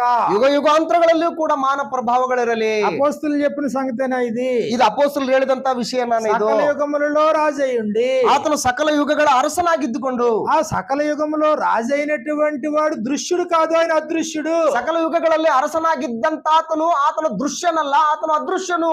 ఆయన క్షయమైపోయేటువంటి రాజు కాదు, ఆయన అక్షయుడు. ಆತನು ಲಯವಾಗುವಂತಹ ಅರಸನಲ್ಲ, ಆತನು ನಿರ್ಲಯನು. అంత మాత్రమే కాదు, ఆయన అద్వితీయుడైనటువంటి దేవునికి ಅಷ್ಟು ಮಾತ್ರವೇ ಅಲ್ಲ, ಆತನು ಏಕ ದೇವರು, ಅದ್ವಿತೀಯನು. ఘనత మహిమ ప్రభావమును కలుగును గాక. ఆమేన్. ಆತನಿಗೆ ಘನತೆಯು ಪ್ರಭಾವಗಳು ಮಾನಗಳು ಇರಲಿ. ಆಮೇನ್. కాబట్టి ప్రభు అయిన యేసుక్రీస్తు వారు ఆరోహణం అయిపోయి సంఘం ఏర్పడిన తర్వాత, ಯೇಸು ಕ್ರಿಸ್ತನು ಆರೋಹಣವಾದ ಮೇಲೆ, ಸಭೆ ಏರ್ಪಟ್ಟ ಮೇಲೆ, ఇదిగో సంఘం ఏర్పడిన తర్వాత అపోస్తలు ప్రకటించారు. ಸಭೆ ಏರ್ಪಟ್ಟ ಮೇಲೆ ಅಪೋಸ್ತಲರು ಪ್ರಕಟಿಸಿದ್ದಾರೆ. ఏమని ప్రకటించారు అని అంటే, ಏನಂತ ಪ್ರಕಟಿಸಿದ್ದಾರೆ ಅಂತಂದ್ರೆ, ఇదిగో దేవుడు అద్వితీయుడు. ದೇವರು ಅದ್ವಿತೀಯನು. యోధా పత్రికను మనం చూసినప్పుడు ಯೂದ ಪತ್ರಿಕೆಯನ್ನ ನಾವು ನೋಡಿದ್ರೆ 24-25 వచనాలు మనకి ఈ ప్రకారంగా వ్రాయబడ్డాయి. 24-25ನೇ ವಚನದಲ್ಲಿ ನಮ್ಗೆ ಈ ರೀತಿಯಾಗಿ ಬರೆಯಲ್ಪಟ್ಟಿದೆ. తొట్టిల్లకుండా మిమ్మును కాపాడుటకును, ಎಡವಿ ಬೀಳದಂತೆ ನಿಮ್ಮನ್ನು ಕಾಪಾಡುವುದಕ್ಕೂ, తన మహిమ ఎదుట ఆనందముతో మిమ్మును నిర్దోషులుగా నిలవబెట్టుటకును, ತನ್ನ ಪ್ರಭಾವದ ಸಮಕ್ಷಮದಲ್ಲಿ ನಿಮ್ಮನ್ನು ನಿರ್ದೋಷಿಗಳನ್ನಾಗಿ ಹರ್ಷದೊಡನೆ ನಿಲ್ಲಿಸುವುದಕ್ಕೂ, శక్తి గల మన రక్షకుడైన అద్వితీయ దేవునికి, ಶಕ್ತನಾಗಿರುವ ನಮ್ಮ ರಕ್ಷಕನಾದ ಒಬ್ಬನೇ ದೇವರಿಗೆ, తొట్టిల్లకుండా మిమ్మును కాపాడుటకును, ಎಡವಿ ಬೀಳದಂತೆ ನಿಮ್ಮನ್ನು ಕಾಪಾಡುವುದಕ್ಕೂ, తన మహిమ ఎదుట ఆనందముతో మిమ్మును నిలవబెట్టుటకును, ತನ್ನ ಪ್ರಭಾವದ ಸಮಕ್ಷಮದಲ್ಲಿ ನಿಮ್ಮನ್ನು ನಿರ್ದೋಷಿಗಳನ್ನಾಗಿ ಹರ್ಷದೊಡನೆ ನಿಲ್ಲಿಸುವುದಕ್ಕೂ. ఆనందముతో తన ఎదుట మిమ్మల్ని నిలవబెట్టాల. ಅಂದ್ರೆ ಹರ್ಷದೊಡನೆ ನೀವು ಎಡವಿ ಬೀಳಲಾರದಂತೆ ತನ್ನ ಬಳಿಯಲ್ಲಿ ನಿಲ್ಲಿಸಿಕೊಳ್ಳುವುದಕ್ಕೋಸ್ಕರ. కాబట్టి శక్తి గల మన రక్షకుడైన అద్వితీయ దేవునికి, ಶಕ್ತನಾಗಿರುವ ನಮ್ಮ ರಕ್ಷಕನಾದ ಒಬ್ಬನೇ ದೇವರಿಗೆ, మన ప్రభు అయిన యేసుక్రీస్తు ద్వారా, ನಮ್ಮ ಕರ್ತನಾದ ಯೇಸು ಕ್ರಿಸ್ತನ ಮೂಲಕ, అద్వితీయ దేవునికి యేసుక్రీస్తు ద్వారా, ಅಂದ್ರೆ ಅದ್ವಿತೀಯ ದೇವರಾಗಿರ್ತಕ್ಕಂತ ಆತನಿಗೆ ಯೇಸು ಕ್ರಿಸ್ತನ ಮೂಲಕ మహిమయు, ಪ್ರಭಾವವು, ಮಹಿಮೆಯು, మహాత్యమును, ಮಹತ್ವವು, ఆధిపత్యమును, ಆಧಿಪತ್ಯಗಳು, అధికారములు ಯುಗ యుగములకు పూర్వమును ఇప్పుడును సర్వయుగములకు కలుగును గాక. ఆమేన్. ಎಲ್ಲಾ ಕಾಲಕ್ಕಿಂತ ಮೊದಲು ಇದ್ದ ಹಾಗೆ ಈಗಲೂ ಯಾವಾಗಲೂ ಇರಲಿ. ಆಮೇನ್. కాబట్టి అపోస్తలులు చెప్పారు, ಅಪೋಸ್ತಲರು ಹೇಳಿದ್ದಾರೆ ఆయన అద్వితీయ సత్య దేవుడు, ಆತನು ಅದ್ವಿತೀಯ ಸತ್ಯ ದೇವರು. కాబట్టి ఇప్పుడు ప్రభు మాట్లాడుతున్నాడు. ಈಗ ಯೇಸು ಕ್ರಿಸ್ತು ಪ್ರಭು ಮಾತಾಡ್ತಾ ಇದ್ದಾರೆ. అద్వితీయ సత్య దేవుడు అయిన నిన్నును, నీ చేత పంపబడిన నన్ను ప్రజలు ఎరగటమే నిత్య జీవం. ಅದ್ವಿತೀಯ ಸತ್ಯ ದೇವರಾಗಿರ್ತಕ್ಕಂಥ ನಿನ್ನನ್ನು, ನಿನ್ನಿಂದ ಕಳುಹಿಸಲ್ಪಟ್ಟಂತಹ ನನ್ನನ್ನು ಜನಗಳು ಅರ್ಥ ಮಾಡ್ಕೊಳ್ಳುವುದೇ ನಿತ್ಯ ಜೀವ. ఇదిగో యేసు ప్రభు మాట్లాడుతున్నాడు. ಯೇಸು ಕ್ರಿಸ್ತನು ಮಾತಾಡ್ತಾ ಇದ್ದಾನೆ. దేవుని యందు విశ్వాసం ఉంచుచున్నారు, ದೇವರಲ್ಲಿ ನಂಬಿಕೆ ಇಡ್ತಾ ಇದ್ದೀರಾ, నా యందుని విశ్వాసం ఉంచుడి. ನನ್ನಲ್ಲೂ ನಂಬಿಕೆ ಇಡ್ರಿ. నిన్నటి దినాన్ని మనం నేర్చుకున్నాం కదా, ನಿನ್ನೆ ದಿನ ನಾವು ಕಲ್ತ್ಕೊಂಡ್ವಲ್ವಾ, పాపం చేసి పతనమైనటువంటి నరుడు ಪಾಪ ಮಾಡಿ ಪತನಗೊಂಡಂತಹ ನರಮನುಷ್ಯನಿಗೆ మళ్ళీ తిరిగి ఆ స్థితి నుంచి లేవనెత్తాలంటే ಪುನಃ ಆ ಸ್ಥಿತಿಯಿಂದ ಮೇಲೆ ಎತ್ತಬೇಕು ಅಂತಂದ್ರೆ విశ్వాసం ప్రాముఖ్యమైంది. ನಂಬಿಕೆ ಬಹಳ ಮುಖ್ಯವಾದಂತದ್ದು. దేవుని యందలి విశ్వాసం ప్రాముఖ్యమైంది. ದೇವರ ಮೇಲೆ ಇಡುವಂತ ವಿಶ್ವಾಸ ಬಹಳ ఆయన ಮುಖ್ಯವಾದದ್ದು. కుమారుని యందలి విశ్వాసం ప్రాముఖ్యమైంది. ಆತನ ಮಗನಾದಂತ ಯೇಸು ಕ್ರಿಸ್ತನ ಮೇಲೆ ಇಡುವಂತ ನಂಬಿಕೆ ಬಹಳ దేవుని ಮುಖ್ಯವಾದದ್ದು. యందు గాని ఆయన కుమారుని యందు గాని విశ్వాసం ప్రాపర్ గా లేకపోతే ದೇವರ ಮೇಲೆ ಆಗ್ಲಿ ಆತನ ಮಗನಾದಂತ ಯೇಸು ಕ್ರಿಸ್ತನ ಮೇಲೆ ಆಗ್ಲಿ ಪ್ರಾಪರ್ ಆಗಿರ್ತಕ್ಕಂಥ ವಿಶ್ವಾಸ ಅನ್ನುವಂಥದ್ದು ಇಲ್ಲ ಅಂತಂದ್ರೆ మనం తిరిగి నీతిమంతులుగా తీర్చబడడానికి అవకాశం ఉండదు. ನಾವು ಪುನಃ ನೀತಿವಂತರಾಗಿ ನಿರ್ಣಯಿಸಲ್ಪಟ್ಟುವುದಕ್ಕೆ ಅವಕಾಶ ಇರೋದಿಲ್ಲ. కాబట్టి ప్రభువునందు దేవుని యందు విశ్వాసం ఉంచడం అనేది నిత్య జీవానికి కనెక్షన్ ఉంది. ಕರ್ತನಾದ ಯೇಸು ಕ್ರಿಸ್ತನ ಮೇಲೆ ತಂದೆಯಾದ ದೇವರ ಮೇಲೆ ನೀವು ವಿಶ್ವಾಸ ಇಡುವಂತದ್ದು ಅದು ನಿತ್ಯ ಜೀವಕ್ಕೆ ಕನೆಕ್ಷನ್ ಇದು. ప్రభు అయినటువంటి యేసుక్రీస్తు వారు తండ్రి అయినటువంటి దేవుని గుర్తించారు. ಪ್ರಭುವಾದ ಯೇಸು ಕ್ರಿಸ್ತನು ತಂದೆಯಾದಂತ ದೇವರನ್ನ ಗುರುತಿಸಿದಾನೆ. ఏమని గుర్తించారు అంటే అద్వితీయ సత్య దేవునిగా గుర్తించారు. ಏನಂತ ಗುರುತಿಸಿದಾನೆ ಅಂತಂದ್ರೆ ಅದ್ವಿತೀಯ ಸತ್ಯ ದೇವರೆಂಬುದಾಗಿ ಗುರುತಿಸಿದ. ఆయన ఏ ఏ విషయాల్లో అద్వితీయుడైనా ಆತನು ಯಾವ ಯಾವ ವಿಷಯಗಳಲ್ಲಿ ಆತನು ಅದ್ವಿತೀಯನು. ఒకటే ಒಂದನೇದ್ದು జ్ఞానములో, ಜ್ಞಾನದಲ್ಲಿ, రెండు ಎರಡನೇದ್ದು ఆయన ఆధిపత్యంలో సర్వాధిపత్యంలో, ಆತನ ಸರ್ವಾಧಿಕಾರದಲ್ಲಿ, ఒకటే జ్ఞానములో ಒಂದೆದ್ದು ಜ್ಞಾನದಲ್ಲಿ ఆయన అద్వితీయుడు. ಆತನು ಅದ್ವಿತೀಯನು. అంటే జ్ఞానంలో ఆయనకి సరి సమానం ఎవరు లేరు. ಆತನ ಜ್ಞಾನಕ್ಕೆ ಸರಿಸಮಾನವಾಗಿರುವಂತ ಜ್ಞಾನವನ್ನು ಹೊಂದಿರುವಂತ ಆತನು ಯಾರು ಇಲ್ಲ. రెండు సర్వాధిపత్యంలో, ಆತನ ಸರ್ವಾಧಿಪತಿ ಅಂದ್ರೆ ಸರ್ವಾಧಿಕಾರಕ್ಕೆ, సర్వాధిపత్యము ಸರ್ವಾಧಿಪತ್ಯ ఆధిపత్యం ಅಂದ್ರೆ ಆತನ ಆಡಳಿತ, అంటే అధికారంలో, ಆತನ ಅಧಿಕಾರದಲ್ಲಿ, సర్వాధిపత్యంలో దేవుని మించిన వారు లేరు. ಸರ್ವಾಧಿಪತ್ಯದಲ್ಲಿ ದೇವರನ್ನು ಮಿಂಚಿದವರು ಯಾರು ಇಲ್ಲ. రోమిలికి రాసినటువంటి పత్రిక 16వ అధ్యాయము 25వ వచనం నుండి మనం చూసినప్పుడు, ರೋಮ ಪತ್ರಿಕೆ 16ನೇ ಅಧ್ಯಾಯ 25ನೇ ವಚನದಲ್ಲಿ ನೋಡಿದ್ರೆ, రోమిలికి రాసినటువంటి పత్రిక 16వ అధ్యాయము 25వ వచనం నుండి మనకి ఇలా వ్రాయబడింది. ರೋಮ ಪತ್ರಿಕೆ 16ನೇ ಅಧ್ಯಾಯ 25ನೇ ವಚನದಲ್ಲಿ ನಮ್ಗೆ ಈ ರೀತಿಯಾಗಿ ಬರೆಯಲ್ಪಟ್ಟಿದೆ. 25 నుంచి 27 వచనాలు ఉన్నాయి. 25ರಿಂದ 26, 27 ವಚನ ಇದಾವೆ. ఇదిగో ఒకసారి మనం దాన్ని చదువుకుంటూ వెళ్దాం. ಒಂದ್ಸಾರಿ ನಾವು ಅದನ್ನ ಓದ್ತಾ ಮುಂದಕ್ಕೆ ಸಾಗೋಣ. సమస్తమైన అన్యజనులు విశ్వాసమునకు విధేయులగునట్లు అనాది నుండి రహస్యముగా ఉంచబడి ఇప్పుడు ప్రత్యక్షపరచబడిన మర్మము నిత్య దేవుని ఆజ్ఞ ప్రకారం ప్రవక్తల లేఖనముల ద్వారా వారికి తెలుపబడి ఉన్నది.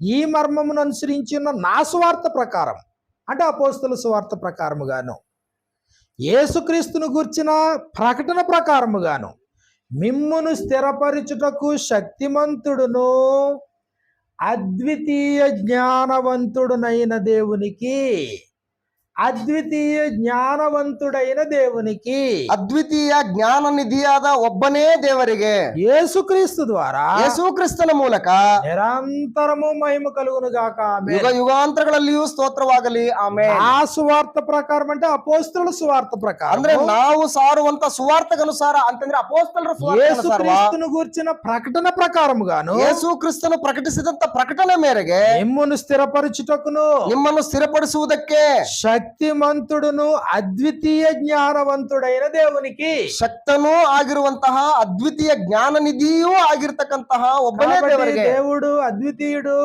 ದೇವರು ಅದ್ವಿತೀಯನು. ఒకటే జ్ఞానం విషయంలో ఆయన అద్వితీయుడు. ಒಂದೆದ್ದು ಜ್ಞಾನದ ವಿಷಯದಲ್ಲಿ ಆತನು ಅದ್ವಿತೀಯನು. దేవుని యొక్క సంకల్పాన్ని గురించి నేను మాట్లాడుకున్నాం కదా. ದೇವರ ಸಂಕಲ್ಪವನ್ನು ಕುರಿತು ನಿನ್ನೆ ದಿನ ನಾವು ಮಾತಾಡ್ಕೊಂಡಿವಲ್ವಾ? అద్భుతమైన సంకల్పం అయింది. ಆತನದು ಅದ್ಭುತವಾದಂತ ಸಂಕಲ್ಪ ಅದು. సంకల్పం చేసింది ఎవరు? ಸಂಕಲ್ಪ ಮಾಡಿದ್ಯಾರು? దేవుడు. ದೇವರೇ తనలో తాను నిర్ణయించుకొని అన్నాడు.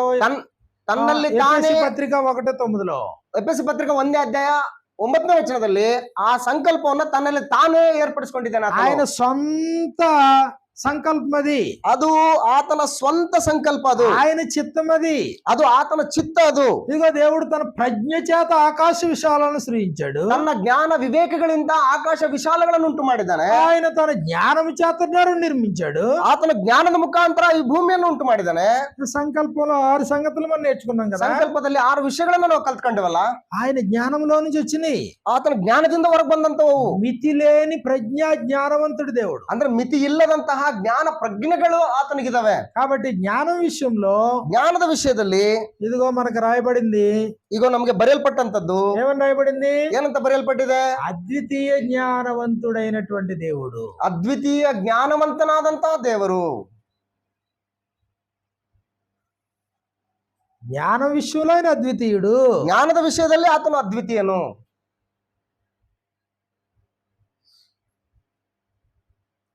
అపోస్తల కార్యాలు 1:6 అపోస్తల ಅಪೊಸ್ತಲರ ಕೃತ್ಯಗಳ ಪುಸ್ತಕ 1ನೇ ಅಧ್ಯಾಯ 6ನೇ ವಚನದಲ್ಲಿ యేసు ప్రభు చనిపోయి సమాచేయబడి తిరిగి లేచిన తర్వాత ఇదిగో శిష్యుల మధ్యలో ఉన్నప్పుడు జరిగిన సంఘటన ఇది. ಯೇಸು ಕ್ರಿಸ್ತನು ಸತ್ತು ಹೂಣಲ್ಪಟ್ಟು ಆರೋಹಣವಾದ ಮೇಲೆ ಆತನು ಶಿಷ್ಯರ ಬಳಿಯಲ್ಲಿ ಇದ್ದಂತ ಸಂದರ್ಭದಲ್ಲಿ ನಡೆದಂತ ಒಂದು ಘಟನೆ. అపోస్తుల కార్యాలు 1:6 ఇలా రాయబడింది. ಅಪೊಸ್ತಲರ ಕೃತ್ಯಗಳ ಪುಸ್ತಕ 1ನೇ ಅಧ್ಯಾಯ 6ನೇ ವಚನದಲ್ಲಿ ಈ ರೀತಿಯಾಗಿ ಬರೆಯಲ್ಪಟ್ಟಿದೆ. కాబట్టి ఇదిగో శిష్యులు కూడి వచ్చినప్పుడు ಶಿಷ್ಯರು ಕೂಡಿ ಬಂದಂತ ಸಂದರ್ಭದಲ್ಲಿ ప్రభువా ಕರ್ತನೆ ఈ కాలమందు ఇశ్రాయేలునకు రాజ్యము మరలా అనుగ్రహించదవా అని ఆయన అడుగుగా, ನೀನು ಇದೇ ಕಾಲದಲ್ಲಿ ಇಸ್ರಾಯೇಲ್ ಜನರಿಗೆ ರಾಜ್ಯವನ್ನು ತಿರುಗಿ ಸ್ಥಾಪಿಸಿಕೊಡುವೆಯೋ ಎಂದು ಕೇಳಲು, మరలా రాజ్యాన్ని అనుగ్రహిస్తామని ఎవరిని అడిగారు? ಅಂದ್ರೆ ಪುನಃ ರಾಜ್ಯವನ್ನ ತಿರುಗಿ ಸ್ಥಾಪಿಸ್ತೀಯಾ ಅಂತೇಳಿ ಯಾರು ಕೇಳಿದಾರೆ? ఇదిగో యేసు ప్రభు అన్నాడు, ಯೇಸು ಕ್ರಿಸ್ತನ್ ಅಂತ ಇದ್ದಾನೆ. ಅದಕ್ಕೆ కాలములను ಸಮಯಗಳನ್ನು తండ్రి తన స్వాధీనమందించుకొని ఉన్నాడు, ತಂದೆಯು ಸ್ವಂತ ಅಧಿಕಾರದಲ್ಲಿಟ್ಟುಕೊಂಡಿದ್ದಾನೆ. వాటిని తెలుసుకొనటం మీ పని కాదు, ಅವುಗಳನ್ನ ತಿಳಿದುಕೊಳ್ಳುವುದು ನಿಮ್ಮ ಕೆಲಸವಲ್ಲ. అంటే ఇప్పుడు కాలాలు సమయాలు ఎవరి అధీనంలో ఉన్నాయి? ಅಂದ್ರೆ ಕಾಲಗಳು ಸಮಯಗಳು ಯಾರ ಅಧೀನದಲ್ಲಿದ್ದಾವೆ? యేసు ప్రభు వారు భూమి మీదకి రావాల్సినటువంటి సమయం కూడా ఎవరి కంట్రోల్లో? ಯೇಸು ಕ್ರಿಸ್ತನು ಭೂಮಿಯ ಮೇಲೆ ಬರುವಂತಹ ಸಮಯವು ಕೂಡ ಯಾರ ಕಂಟ್ರೋಲ್ ನಲ್ಲಿದೆ?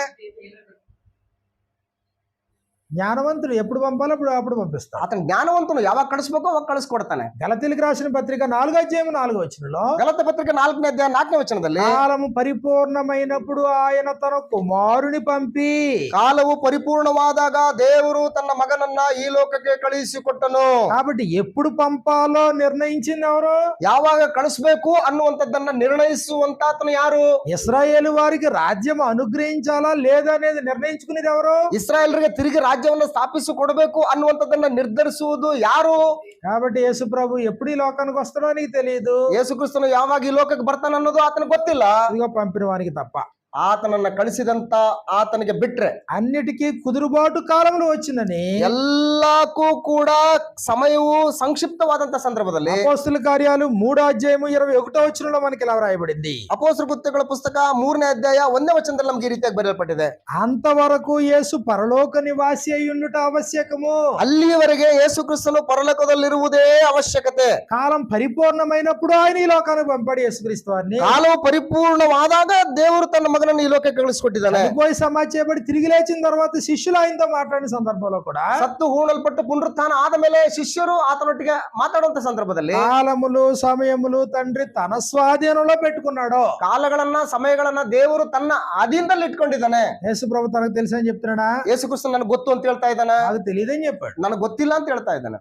24వ 24ನೇ ವಚನದಲ್ಲಿ మత్తయి సువార్త 24:1 మనకి ఇలా రాయబడింది. ಮತ್ತಾಯನ ಬರೆಸುವಾರ್ತೆ 24ನೇ ಅಧ್ಯಾಯ 1ನೇ ವಚನದಲ್ಲಿ ನಮಗೆ ಈ ರೀತಿಯಾಗಿ ಬರೆಯಲ್ಪಟ್ಟಿದೆ. ఇదిగో ప్రభు అయినటువంటి యేసుక్రీస్తు వారితో వారు మాట్లాడుతూ, ಅಂದ್ರೆ ಕರ್ತನಾದ ಯೇಸು ಕ್ರಿಸ್ತನು ಮಾತಾಡ್ತಾ ಇರುವಂತ ಸಂದರ್ಭದಲ್ಲಿ దేవాలయం నుండి బయలుదేరి వెళ్ళిచుండగా ఆయన శిష్యులు దేవాలయపు కట్టడమును ఆయనకు చూపించి వచ్చిరి. ದೇವಾಲಯದಿಂದ ಆತನು ಹೊರಗೆ ಬರುವಂತ ಸಂದರ್ಭದಲ್ಲಿ ದೇವಾಲಯದ ಕಟ್ಟಡಗಳನ್ನ ಆತನಿಗೆ ತೋರಿಸ್ತಾ ಶಿಷ್ಯರು ಮಾತಾಡ್ತಾ ಇದ್ದಾರೆ. ఇప్పుడు శిష్యులు యేసు ప్రభుతో కలిసి మాట్లాడుకుంటున్నారు, ప్రయాణం చేస్తున్నారు. ಶಿಷ್ಯರು ಯೇಸು ಕ್ರಿಸ್ತನೊಟ್ಟಿಗೆ ಮಾತಾಡ್ತಾ ಇದ್ದಾರೆ, ಹಾಗೆ ಪ್ರಯಾಣ ಮಾಡ್ತಾ ಇದ್ದಾರೆ. 3వ వారు ప్రశ్నించారు యేసు ప్రభుని. 3ನೇ ವಚನದಲ್ಲಿ ಯೇಸು ಕ್ರಿಸ್ತನನ್ನ ಅವರು ಪ್ರಶ್ನೆ ಮಾಡಿದ್ದಾರೆ. ఏమని ప్రశ్నించారు? ಏನಂತ ಪ್ರಶ್ನೆ ಮಾಡಿದ್ದಾರೆ? కాబట్టి ఏకాంతముగా ఆయన దగ్గరికి వచ్చినప్పుడు ಶಿಷ್ಯರು ಆತನ ಬಳಿಗೆ ಪ್ರತ್ಯೇಕವಾಗಿ ಬಂದು, ఇదిగో ఇవన్నీ ఎప్పుడు జరుగుతాయి, నీ రాకడకును యుగ సమాప్తికిని సూచనలేవని మాతో చెప్పమన్నారు. ಅದು ಯಾವಾಗ ಆಗುವುದು, ನೀನು ಪ್ರತ್ಯಕ್ಷನಾಗುವುದಕ್ಕೂ ಯುಗದ ಸಮಾಪ್ತಿಗೂ ಸೂಚನೆ ಏನು ನಮಗೆ ಹೇಳು ಅನ್ನಲು. కాబట్టి వారు ఏ మందిరం గురించి అయితే అతిశయిస్తున్నారో అది రాయి మీద రాయి లేకుండా తొలగించబడుతున్నారు. ಯಾವ ಒಂದು ದೇವಾಲಯದ ವಿಷಯದಲ್ಲಿ ಅವರು ಅತಿಶಯ ಪಡ್ತಾ ಇದ್ದಾರೋ ಆ ದೇವಾಲಯದ ಮೇಲೆ ಕಲ್ಲಿನ ಮೇಲೆ ಕಲ್ಲು ಉಳಿಲಾರ್ದ ಎಲ್ಲ ಬಿದ್ದೋಗುತ್ತಂತ. కాబట్టి సూచనలేవి, ఇది ఎప్పుడు జరుగుతుంది, ಇದು ಯಾವಾಗ ಆಗುತ್ತೆ, ಇದಕ್ಕೆ ಸೂಚನೆ ಏನು, ಯಾವಾಗ ಅಂತ ಕೇಳ್ತಾ ಇದ್ದಾನೆ. కాబట్టి ఇందులో ప్రశ్న చూడండి, ಇದರಲ್ಲಿ ಪ್ರಶ್ನೆ ನೋಡಿ, నీ రాకడకును యుగ సమాప్తికి నీ సూచనలేవని మాతో చెప్పమనగా, ನೀನು ಪ್ರತ್ಯಕ್ಷನಾಗುವುದಕ್ಕೂ ಯುಗದ ಸಮಾಪ್ತಿಗೂ ಸೂಚನೆ ಏನು ನಮಗೆ ಹೇಳು ಅಂತ ಹೇಳ್ತಾ ಇದ್ದಾರೆ. సూచనలు చెప్పాడు, ಸೂಚನೆಗಳನ್ನು ಹೇಳಿದ್ದಾನೆ. కానీ ಆದ್ರೆ ఇదిగో 35వ మనం చూసినప్పుడు 35ನೇ ವಚನದಲ್ಲಿ ನೋಡಿದ್ರೆ, ఆకాశమును భూమిని గతించిపోతాయి గాని ಭೂಮಿ ಆಕಾಶಗಳು ಅಳಿದು ಹೋಗುವವು, నా మాటలు ఏమాత్రం గతించవని యేసు ప్రభు మాట్లాడిన తర్వాత, ಆದರೆ ನನ್ನ ಮಾತುಗಳು ಅಳಿದು ಹೋಗುವುದೇ ಇಲ್ಲ ಎಂಬುದಾಗಿ ಯೇಸು ಕ್ರಿಸ್ತನು ಮಾತಾಡಿದ ಮೇಲೆ 36వ మనకి ఇలా రాయబడింది. 36ನೇ ವಚನದಲ್ಲಿ ನಮ್ಗೆ ಈ ರೀತಿಯಾಗಿ ಬರೆಯಲ್ಪಟ್ಟಿದೆ. సూచనలు అయితే నాకు తెలుసు గాని ಸೂಚನೆಗಳಾದ್ರೂ ನನಗೆ ಗೊತ್ತಿದೆ, సమయం నాకు తెలియదు. ಸಮಯ ಮಾತ್ರ ನನಗೆ ಗೊತ್ತಿಲ್ಲ. సూచనలు చెప్పమంటే చెప్తాను, ಸೂಚನೆ వచన ಹೇಳು ಅಂತಂದ್ರೆ ಹೇಳ್ತೀನಿ, కానీ సమయం నా చేతిలో లేదు. ಆದ್ರೆ ಸಮಯ ಮಾತ್ರ ನನ್ನ ಕೈಯಲ್ಲಿ ಇಲ್ಲ. అది ఆ తర్వాత వచనంలో ఏం చెప్పాడు? 36వ వచనంలో, ಆ ನಂತರ 36ನೇ ವಚನದಲ್ಲಿ ಆತನ ಏನ್ ಹೇಳ್ತಾ ಇದ್ದಾನೆ? అయితే ఆ దినమును గూర్చియు, ಇದಲ್ಲದೆ ಆ ದಿನದ ವಿಷಯವು, ఆ గడియను గూర్చియు ಆ ಗಳಿಗೆಯ ವಿಷಯವು తండ్రి మాత్రమే ఎరుగును గాని ನನ್ನ ತಂದೆಯೊಬ್ಬನಿಗೆ ತಿಳಿಯುವುದೇ మనుషుడైనను ಮತ್ತಾರಿಗೂ ತಿಳಿಯದು, పరలోకమందలి దూతలైనను కుమారుడైనను ఎరగడు. ಪರಲೋಕದಲ್ಲಿರುವ ದೂತರಿಗೂ ತಿಳಿಯದು, ಮಗನಿಗೂ ತಿಳಿಯದು. సూచనలు చెప్పమంటారా? చెప్తాను. ಸೂಚನೆ ಹೇಳ ಅಂತೀಯಾ? ಹೇಳ್ತೀನಿ. కానీ ఆ దినాన్ని గురించి గాని ఆ గడియను గురించి గాని చెప్పమంటారా? ಆದ್ರೆ ಆ ದಿನದ ಕುರಿತು ಆ ಗಳಿಗೆನ ಕುರಿತು ಹೇಳು ಅಂತ ಹೇಳ್ತೀಯಾ ಅಂತಂದ್ರೆ అది నాకు తెలియదు అన్నాడు. ಅದು ನನಗೆ ಗೊತ್ತಿಲ್ಲ ಅಂತ ಹೇಳ್ತಾನೆ. కానీ తండ్రి అయిన దేవుడు జ్ఞానం విషయంలో అద్వితీయుడు. ಅಂದ್ರೆ ತಂದೆಯಾದಂತ ದೇವರು ಜ್ಞಾನ ವಿಷಯದಲ್ಲಿ ಆತನು ಅದ್ವಿತೀಯನು. అది యేసు ప్రభుకు తెలియదు అన్నాడు ఆయన. ಅಂದ್ರೆ ಅದು ಯೇಸು ಕ್ರಿಸ್ತನ ಗೊತ್ತಿಲ್ಲ ಅಂತ ಹೇಳ್ತಾ ಇದ್ದಾನೆ. ಯೇಸು ಕ್ರಿಸ್ತನು చనిపోయి సమాచి తిరిగి లేచాడు ఆయన. ಅಂದ್ರೆ ಸತ್ತು ಊಣಲ್ಪಟ್ಟು ಆತನು ತಿರುಗಿ ಎದ್ದಿದ್ದಾನೆ. మనుషులందరి కొరకు ప్రాణం పెట్టాడు ఆయన. ಮನುಷ್ಯರೆಲ್ಲರಿಗೋಸ್ಕರ ಆತನ ಪ್ರಾಣವನ್ನು ಕೊಟ್ಟಿದ್ದಾನೆ. బైబిల్ గ్రంథం మన అంతవరకే చెప్పింది. ಬೈಬಲ್ ಗ್ರಂಥ ನಮಗೆ ಇಲ್ಲಿವರೆಗೆ ಮಾತ್ರ ಹೇಳಿದೆ ಅಷ್ಟೇ. అక్కడ దేవుడిని ఎక్కువ చేసి ప్రభుని తక్కువ చేస్తున్నట్ట. ಈ ರೀತಿ ಹೇಳಿದ್ರೆ ದೇವರನ್ನ ನಾವು ಹೆಚ್ಚು ಮಾಡಿ ಯೇಸು ಕ್ರಿಸ್ತನ ಕಡಿಮೆ ಮಾಡ್ದಂಗ ನಾವು. యేసు ప్రభువే ఒప్పుకున్నాడు, నీకు బాధ ఏంటి మనకు బాధ ఏంటి. ಯೇಸು ಕ್ರಿಸ್ತನೇ ಒಪ್ಕೊಂಡಿದ್ದಾನೆ, ನಿನಗ್ ಬಾಧೆ ನನಗ್ ಬಾಧೆ ಏನು. ఇప్పుడు అడిగింది వాళ్ళు కదా, ಈಗ ಕೇಳಿದವರು ಅವರೇ ತಾನೇ, సమాధానం ఇచ్చింది ఆయన కదా. ಯೇಸು ಕ್ರಿಸ್ತನೇ ತಾನೇ ಉತ್ತರ ಕೊಟ್ಟದ್ದು. మనం తక్కువ చేయడం కాదు, ఎక్కువ చేయడం కాదు. ನಾವು ಆತನ ಹೆಚ್ಚು ಮಾಡೋದಾಗ್ಲಿ ಕಡಿಮೆ ಮಾಡೋದಾಗ್ಲಿ ಅಲ್ಲ ನಮ್ದು ಕೆಲಸ. గ్రంథం ఎంతవరకు పర్మిషన్ ఇచ్చిందో అంతవరకే మాట్లాడు. ಗ್ರಂಥ ನಮಗೆ ಎಲ್ಲಿವರೆಗೆ ಪರ್ಮಿಷನ್ ಕೊಟ್ಟಿದ್ದು ಅಲ್ಲಿವರೆಗೆ ಮಾತ್ರ ನಾವು ಮಾತಾಡ್ಬೇಕು. అప్పుడు స్వయంగా అడిగింది వాళ్ళు, ಸ್ವತಃ ಕೇಳಿದ್ದು ಅವರೇನೆ. ఈ కాలం మంది ఇశ్రాయేలు రాజ్యం మరలా అనుగ్రహించదవా? ಈ ಕಾಲದಲ್ಲಿ ಇಸ್ರಾಯೇಲರಿಗೆ ರಾಜ್ಯವನ್ನು ಪುನಃ ಸ್ಥಾಪಿಸಿ ಕೊಡ್ತೀಯಾ? కాలములు సమయములు తండ్రి తన స్వాధీనం పొందించుకున్నాడు, దాన్ని ఎరగడం మీ పని కాదు. ಕಾಲಗಳನ್ನ ಸಮಯಗಳನ್ನ ದೇವರು ತನ್ನ ಸ್ವಾಧೀನದಲ್ಲಿ ಇಟ್ಟುಕೊಂಡಿದ್ದಾನೆ, ಅವುಗಳನ್ನ ಅರ್ಥಕೊಳ್ಳೋದು ನಿಮ್ ಕೆಲಸ ಅಲ್ಲ ಅಂತ ఇదిగో ఈ సూచనలు ఏంటి? సూచనలు చెప్తాను కావాలంటే. ಸೂಚನೆಗಳೇನು? ಈ ಯೆರೂಸಲೇಮ್ ಯುಗದ ಸಮಾಪ್ತಿ ಸೂಚನೆ ಏನಂತಾನೋ ಅದಕ್ಕೆ ಹೇಳ್ತೀನಿ ನಾನು ಅಂತ ಹೇಳಿ. 24వ అధ్యాయం అంతా సూచనలన్నీ చెప్పాడు, బోల్డ్ సూచనలు చెప్పాడు. ಅಂದ್ರೆ 24ನೇ ಅಧ್ಯಾಯದಲ್ಲಿ ಬಹಳಷ್ಟು ಸೂಚನೆಗಳನ್ನು ಹೇಳ್ಕೊಂಡು ಬಂದಿದ್ದಾರೆ. కానీ ఆ దినం ఎప్పుడు? ಆದ್ರೆ ಆ ದಿನ ಯಾವುದು? ఆ దినంలో ఏ గంట అన్నప్పుడు ఆయన ఏం అంటాడు? ఆయన ಆ ದಿನದಲ್ಲಿ ಯಾವ ಗಳಿಗೆ ಯಾವ ಗಂಟೆ ಅಂತ ಕೇಳಿದ್ರೆ, కాబట్టి 36వ వచనంలో ಆದ್ರಿಂದ 36ನೇ ವಚನ దినమును గూర్చి గడియ గూర్చి ಆ ದಿನದ ವಿಷಯದಲ್ಲಾಗ್ಲಿ ಆ ಗಳಿಗೆ ವಿಷಯದಲ್ಲಾಗ್ಲಿ మాత్రమే ఎరుగును, ತಂದೆಯೊಬ್ಬನಿಗೆ ತಿಳಿಯುವುದೇ ಹೊರತು. కాబట్టి మర్చిపోవద్దు, ಆದ್ರಿಂದ ಮರ್ತೋಗ್ಬೇಡಿ, అద్వితీయ జ్ఞానవంతుడు దేవుడు, ಅದ್ವಿತೀಯ ಜ್ಞಾನವಂತನು ದೇವರು. రెండో సంగతి చెప్పుకుని మనం ముగించుకుందాం. ಎರಡನೇ ವಿಷಯವನ್ನ ನಾವು ಹೇಳ್ಕೊಂಡು ಮುಗಿಸ್ಕೊಡೋಣ. సర్వాధిపత్యం దేవుంది. ಸರ್ವಾಧಿಪತ್ಯ ದೇವರದು.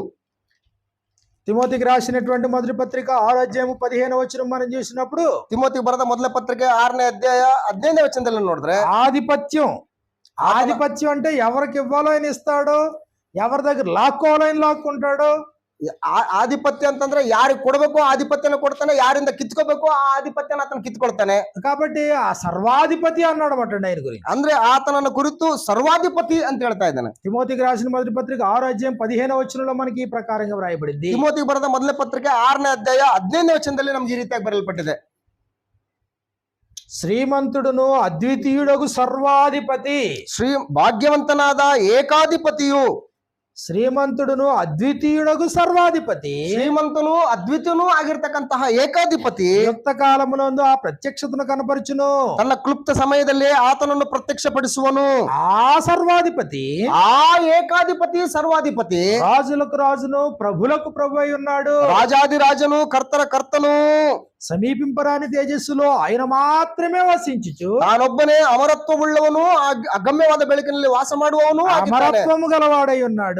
ಆತನು ಅಮರತ್ವ ಉಳ್ಳವನು ಆಗಿದ್ದಾನೆ. మనుషులలో ఎవడును ఆయన చూడలేదు, ఎవడును చూడనేరడు. ఆయనకి ఘనతయు ప్రభావమును ಶಾಶ್ವತమైన ప్రభావమును కలిగి ఉండును గాక. ఆమేన్. ಮನುಷ್ಯರಲ್ಲಿ ಯಾರೂ ಆತನನ್ನು ಕಾಣಲಿಲ್ಲ, ಯಾರೂ ಕಾಣಲಾರರು. ಆತನಿಗೆ ಮಾನವು ನಿತ್ಯಾಧಿಪತ್ಯವೂ ಇರಲಿ.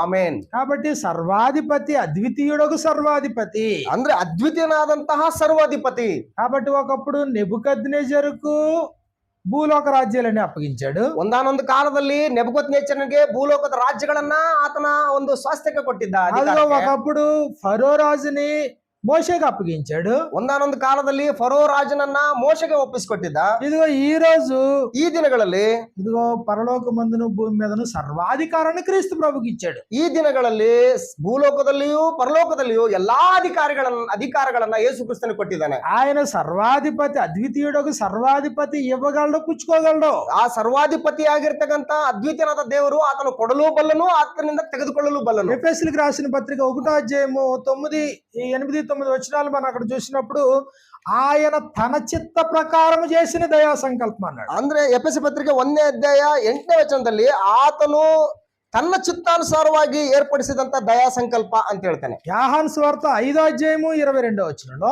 ಯೋಹಾನ್ ಬರೆಸುವಾರ್ತೆ 5ನೇ ಅಧ್ಯಾಯ 22ನೇ ವಚನದಲ್ಲಿ, 5వ అధ్యాయము 22వ వచనంలో మనకి 22, 23లో మనకి ఇలా రాయబడింది. ಯೋಹಾನ್ ಬರೆಸುವಾರ್ತೆ 5ನೇ ಅಧ್ಯಾಯ 22, 23ನೇ ವಚನದಲ್ಲಿ ನಮಗೆ ಈ ರೀತಿಯಾಗಿ ಬರೆಯಲ್ಪಟ್ಟಿದೆ. తండ్రి ఎవనికి తీర్పు తీర్చడు గాని తండ్రిని గణపరిచినట్లుగా అందరూ కుమారుని గణపరచవాలని తీర్పు తీర్చుటకు ಸರ್ವಾಧಿಕಾರము ಕುಮಾರುనికి ಅಪ್ಪಗಿಂಚಿ ఉన్నాడు.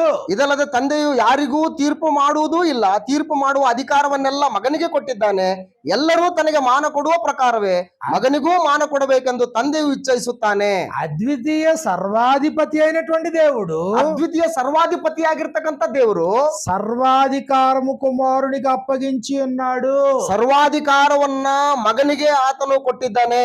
మత్తయి సువార్త 28వ అధ్యాయము 18వ వచనం మనం చూసినప్పుడు, ಮತ್ತಾನ್ ಬರೆಸುವಾರ್ತೆ 28ನೇ ಅಧ್ಯಾಯ 18ನೇ ವಚನದಲ್ಲಿ ನೋಡಿದ್ರೆ, వారిలో కొందరు మొక్కుతున్నారు గాని మరి కొందరు సందేహిస్తున్నారు. ಅಲ್ಲಿ ಅವರಲ್ಲಿ ಆತನಿಗೆ ಕೆಲವೊಬ್ರು ಅಡ್ಡ ಬೀಳ್ತಾ ಇದ್ದಾರೆ, ಅವರಲ್ಲಿ ಮತ್ತೆ ಕೆಲವೊಬ್ರು ಸಂದೇಹ ಪಡ್ತಾ ಇದ್ದಾರೆ. అప్పుడు ప్రభు అయిన యేసుక్రీస్తు వారు అన్నారు, ಆಗ ಕರ್ತನಾದ ಯೇಸು ಕ್ರಿಸ್ತನ್ ಹೇಳ್ತಾ ಇದ್ದಾನೆ, పరలోకమందును భూమి మీదను నాకు సర్వాధికారం ఇయ్యబడి ఉన్నది. ಪರಲೋಕದಲ್ಲಿಯೂ ಭೂಲೋಕದಲ್ಲಿಯೂ ನನಗೆ ಎಲ್ಲಾ ಅಧಿಕಾರವೂ ಕೊಡಲ್ಪಟ್ಟಿದೆ. ఇచ్చింది ఎవరు? ಕೊಟ್ಟಿದ್ಯಾರು?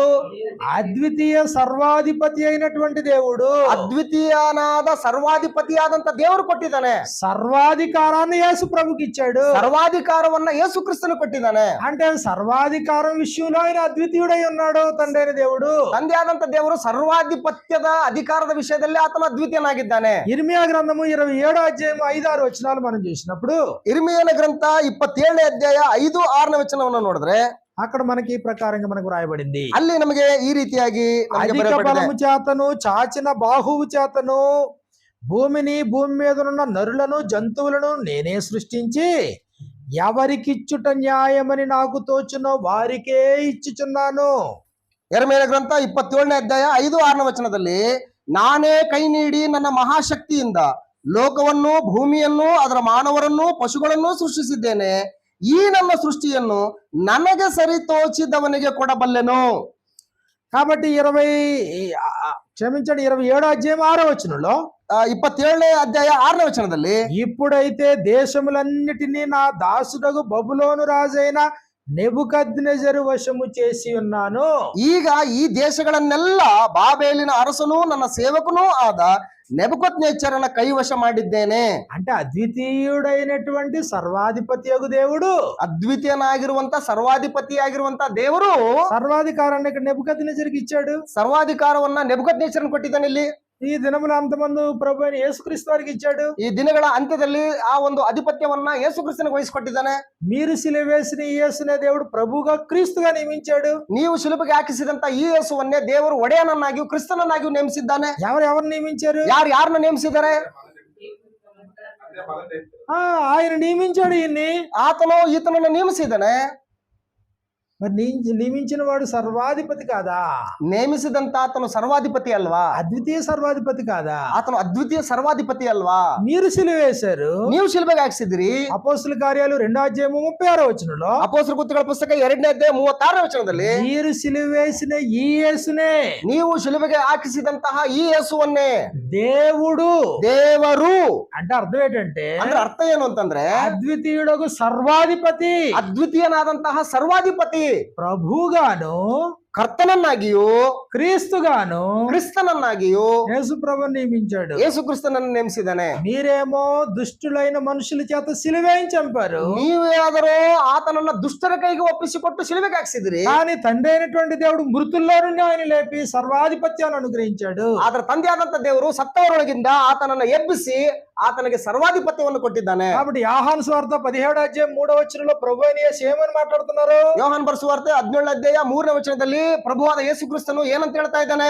అద్వితీయ సత్య దేవుడు అయిన నిన్నును, ಅದ್ವಿತೀಯ ಸತ್ಯ ದೇವರಾಗಿರ್ತಕ್ಕಂಥ ನಿನ್ನನ್ನ, నీవు పంపిన యేసుక్రీస్తుని ఎరుగుట నిత్య జీవం.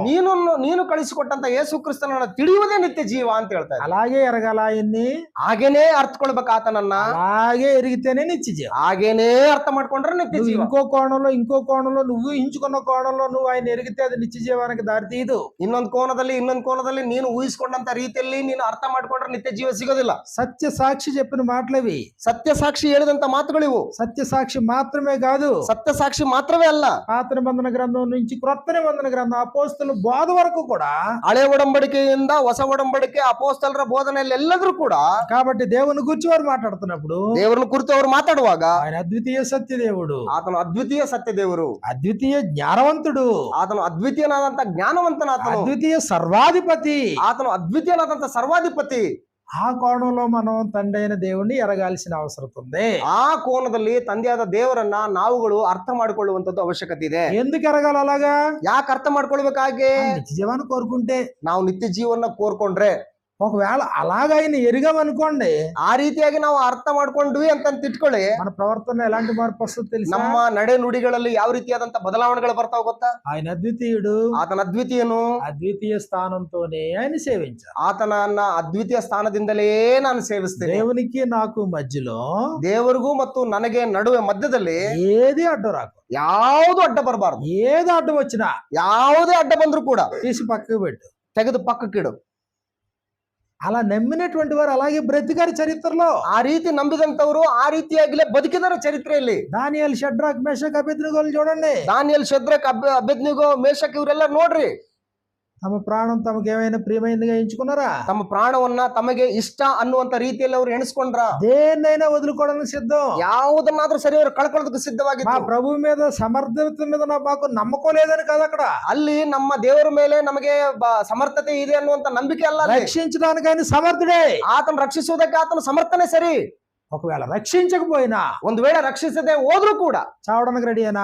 ನಾವು ಸಾಯುವುದಕ್ಕೂ ಕೂಡ ಸಿದ್ಧನೇನಾ? అపోస్తుల జీవన విధానం అదేనా? ಅಪೋಸ್ತಲರ ಜೀವನ ವಿಧಾನ ಅದೇ ರೀತಿಯಾಗಿತ್ತ? అపోస్తులుడైనటువంటి పేతురు జీవితం అదేనా? ಅಪೋಸ್ತಲನಾದಂತ ಪೇತ್ರನ ಜೀವಿತವೂ ಕೂಡ ಅದೇ ಆಗಿತ್ತ? హతసాక్షిగా చనిపోవడానికి కూడా వెనకాలేదు కదా. ಹತಸಾಕ್ಷಿಯಾಗಿ ಸಾಯುವುದಕ್ಕೂ ಕೂಡ ಹಿಂದೆಗಿಲ್ಲವಲ್ಲ.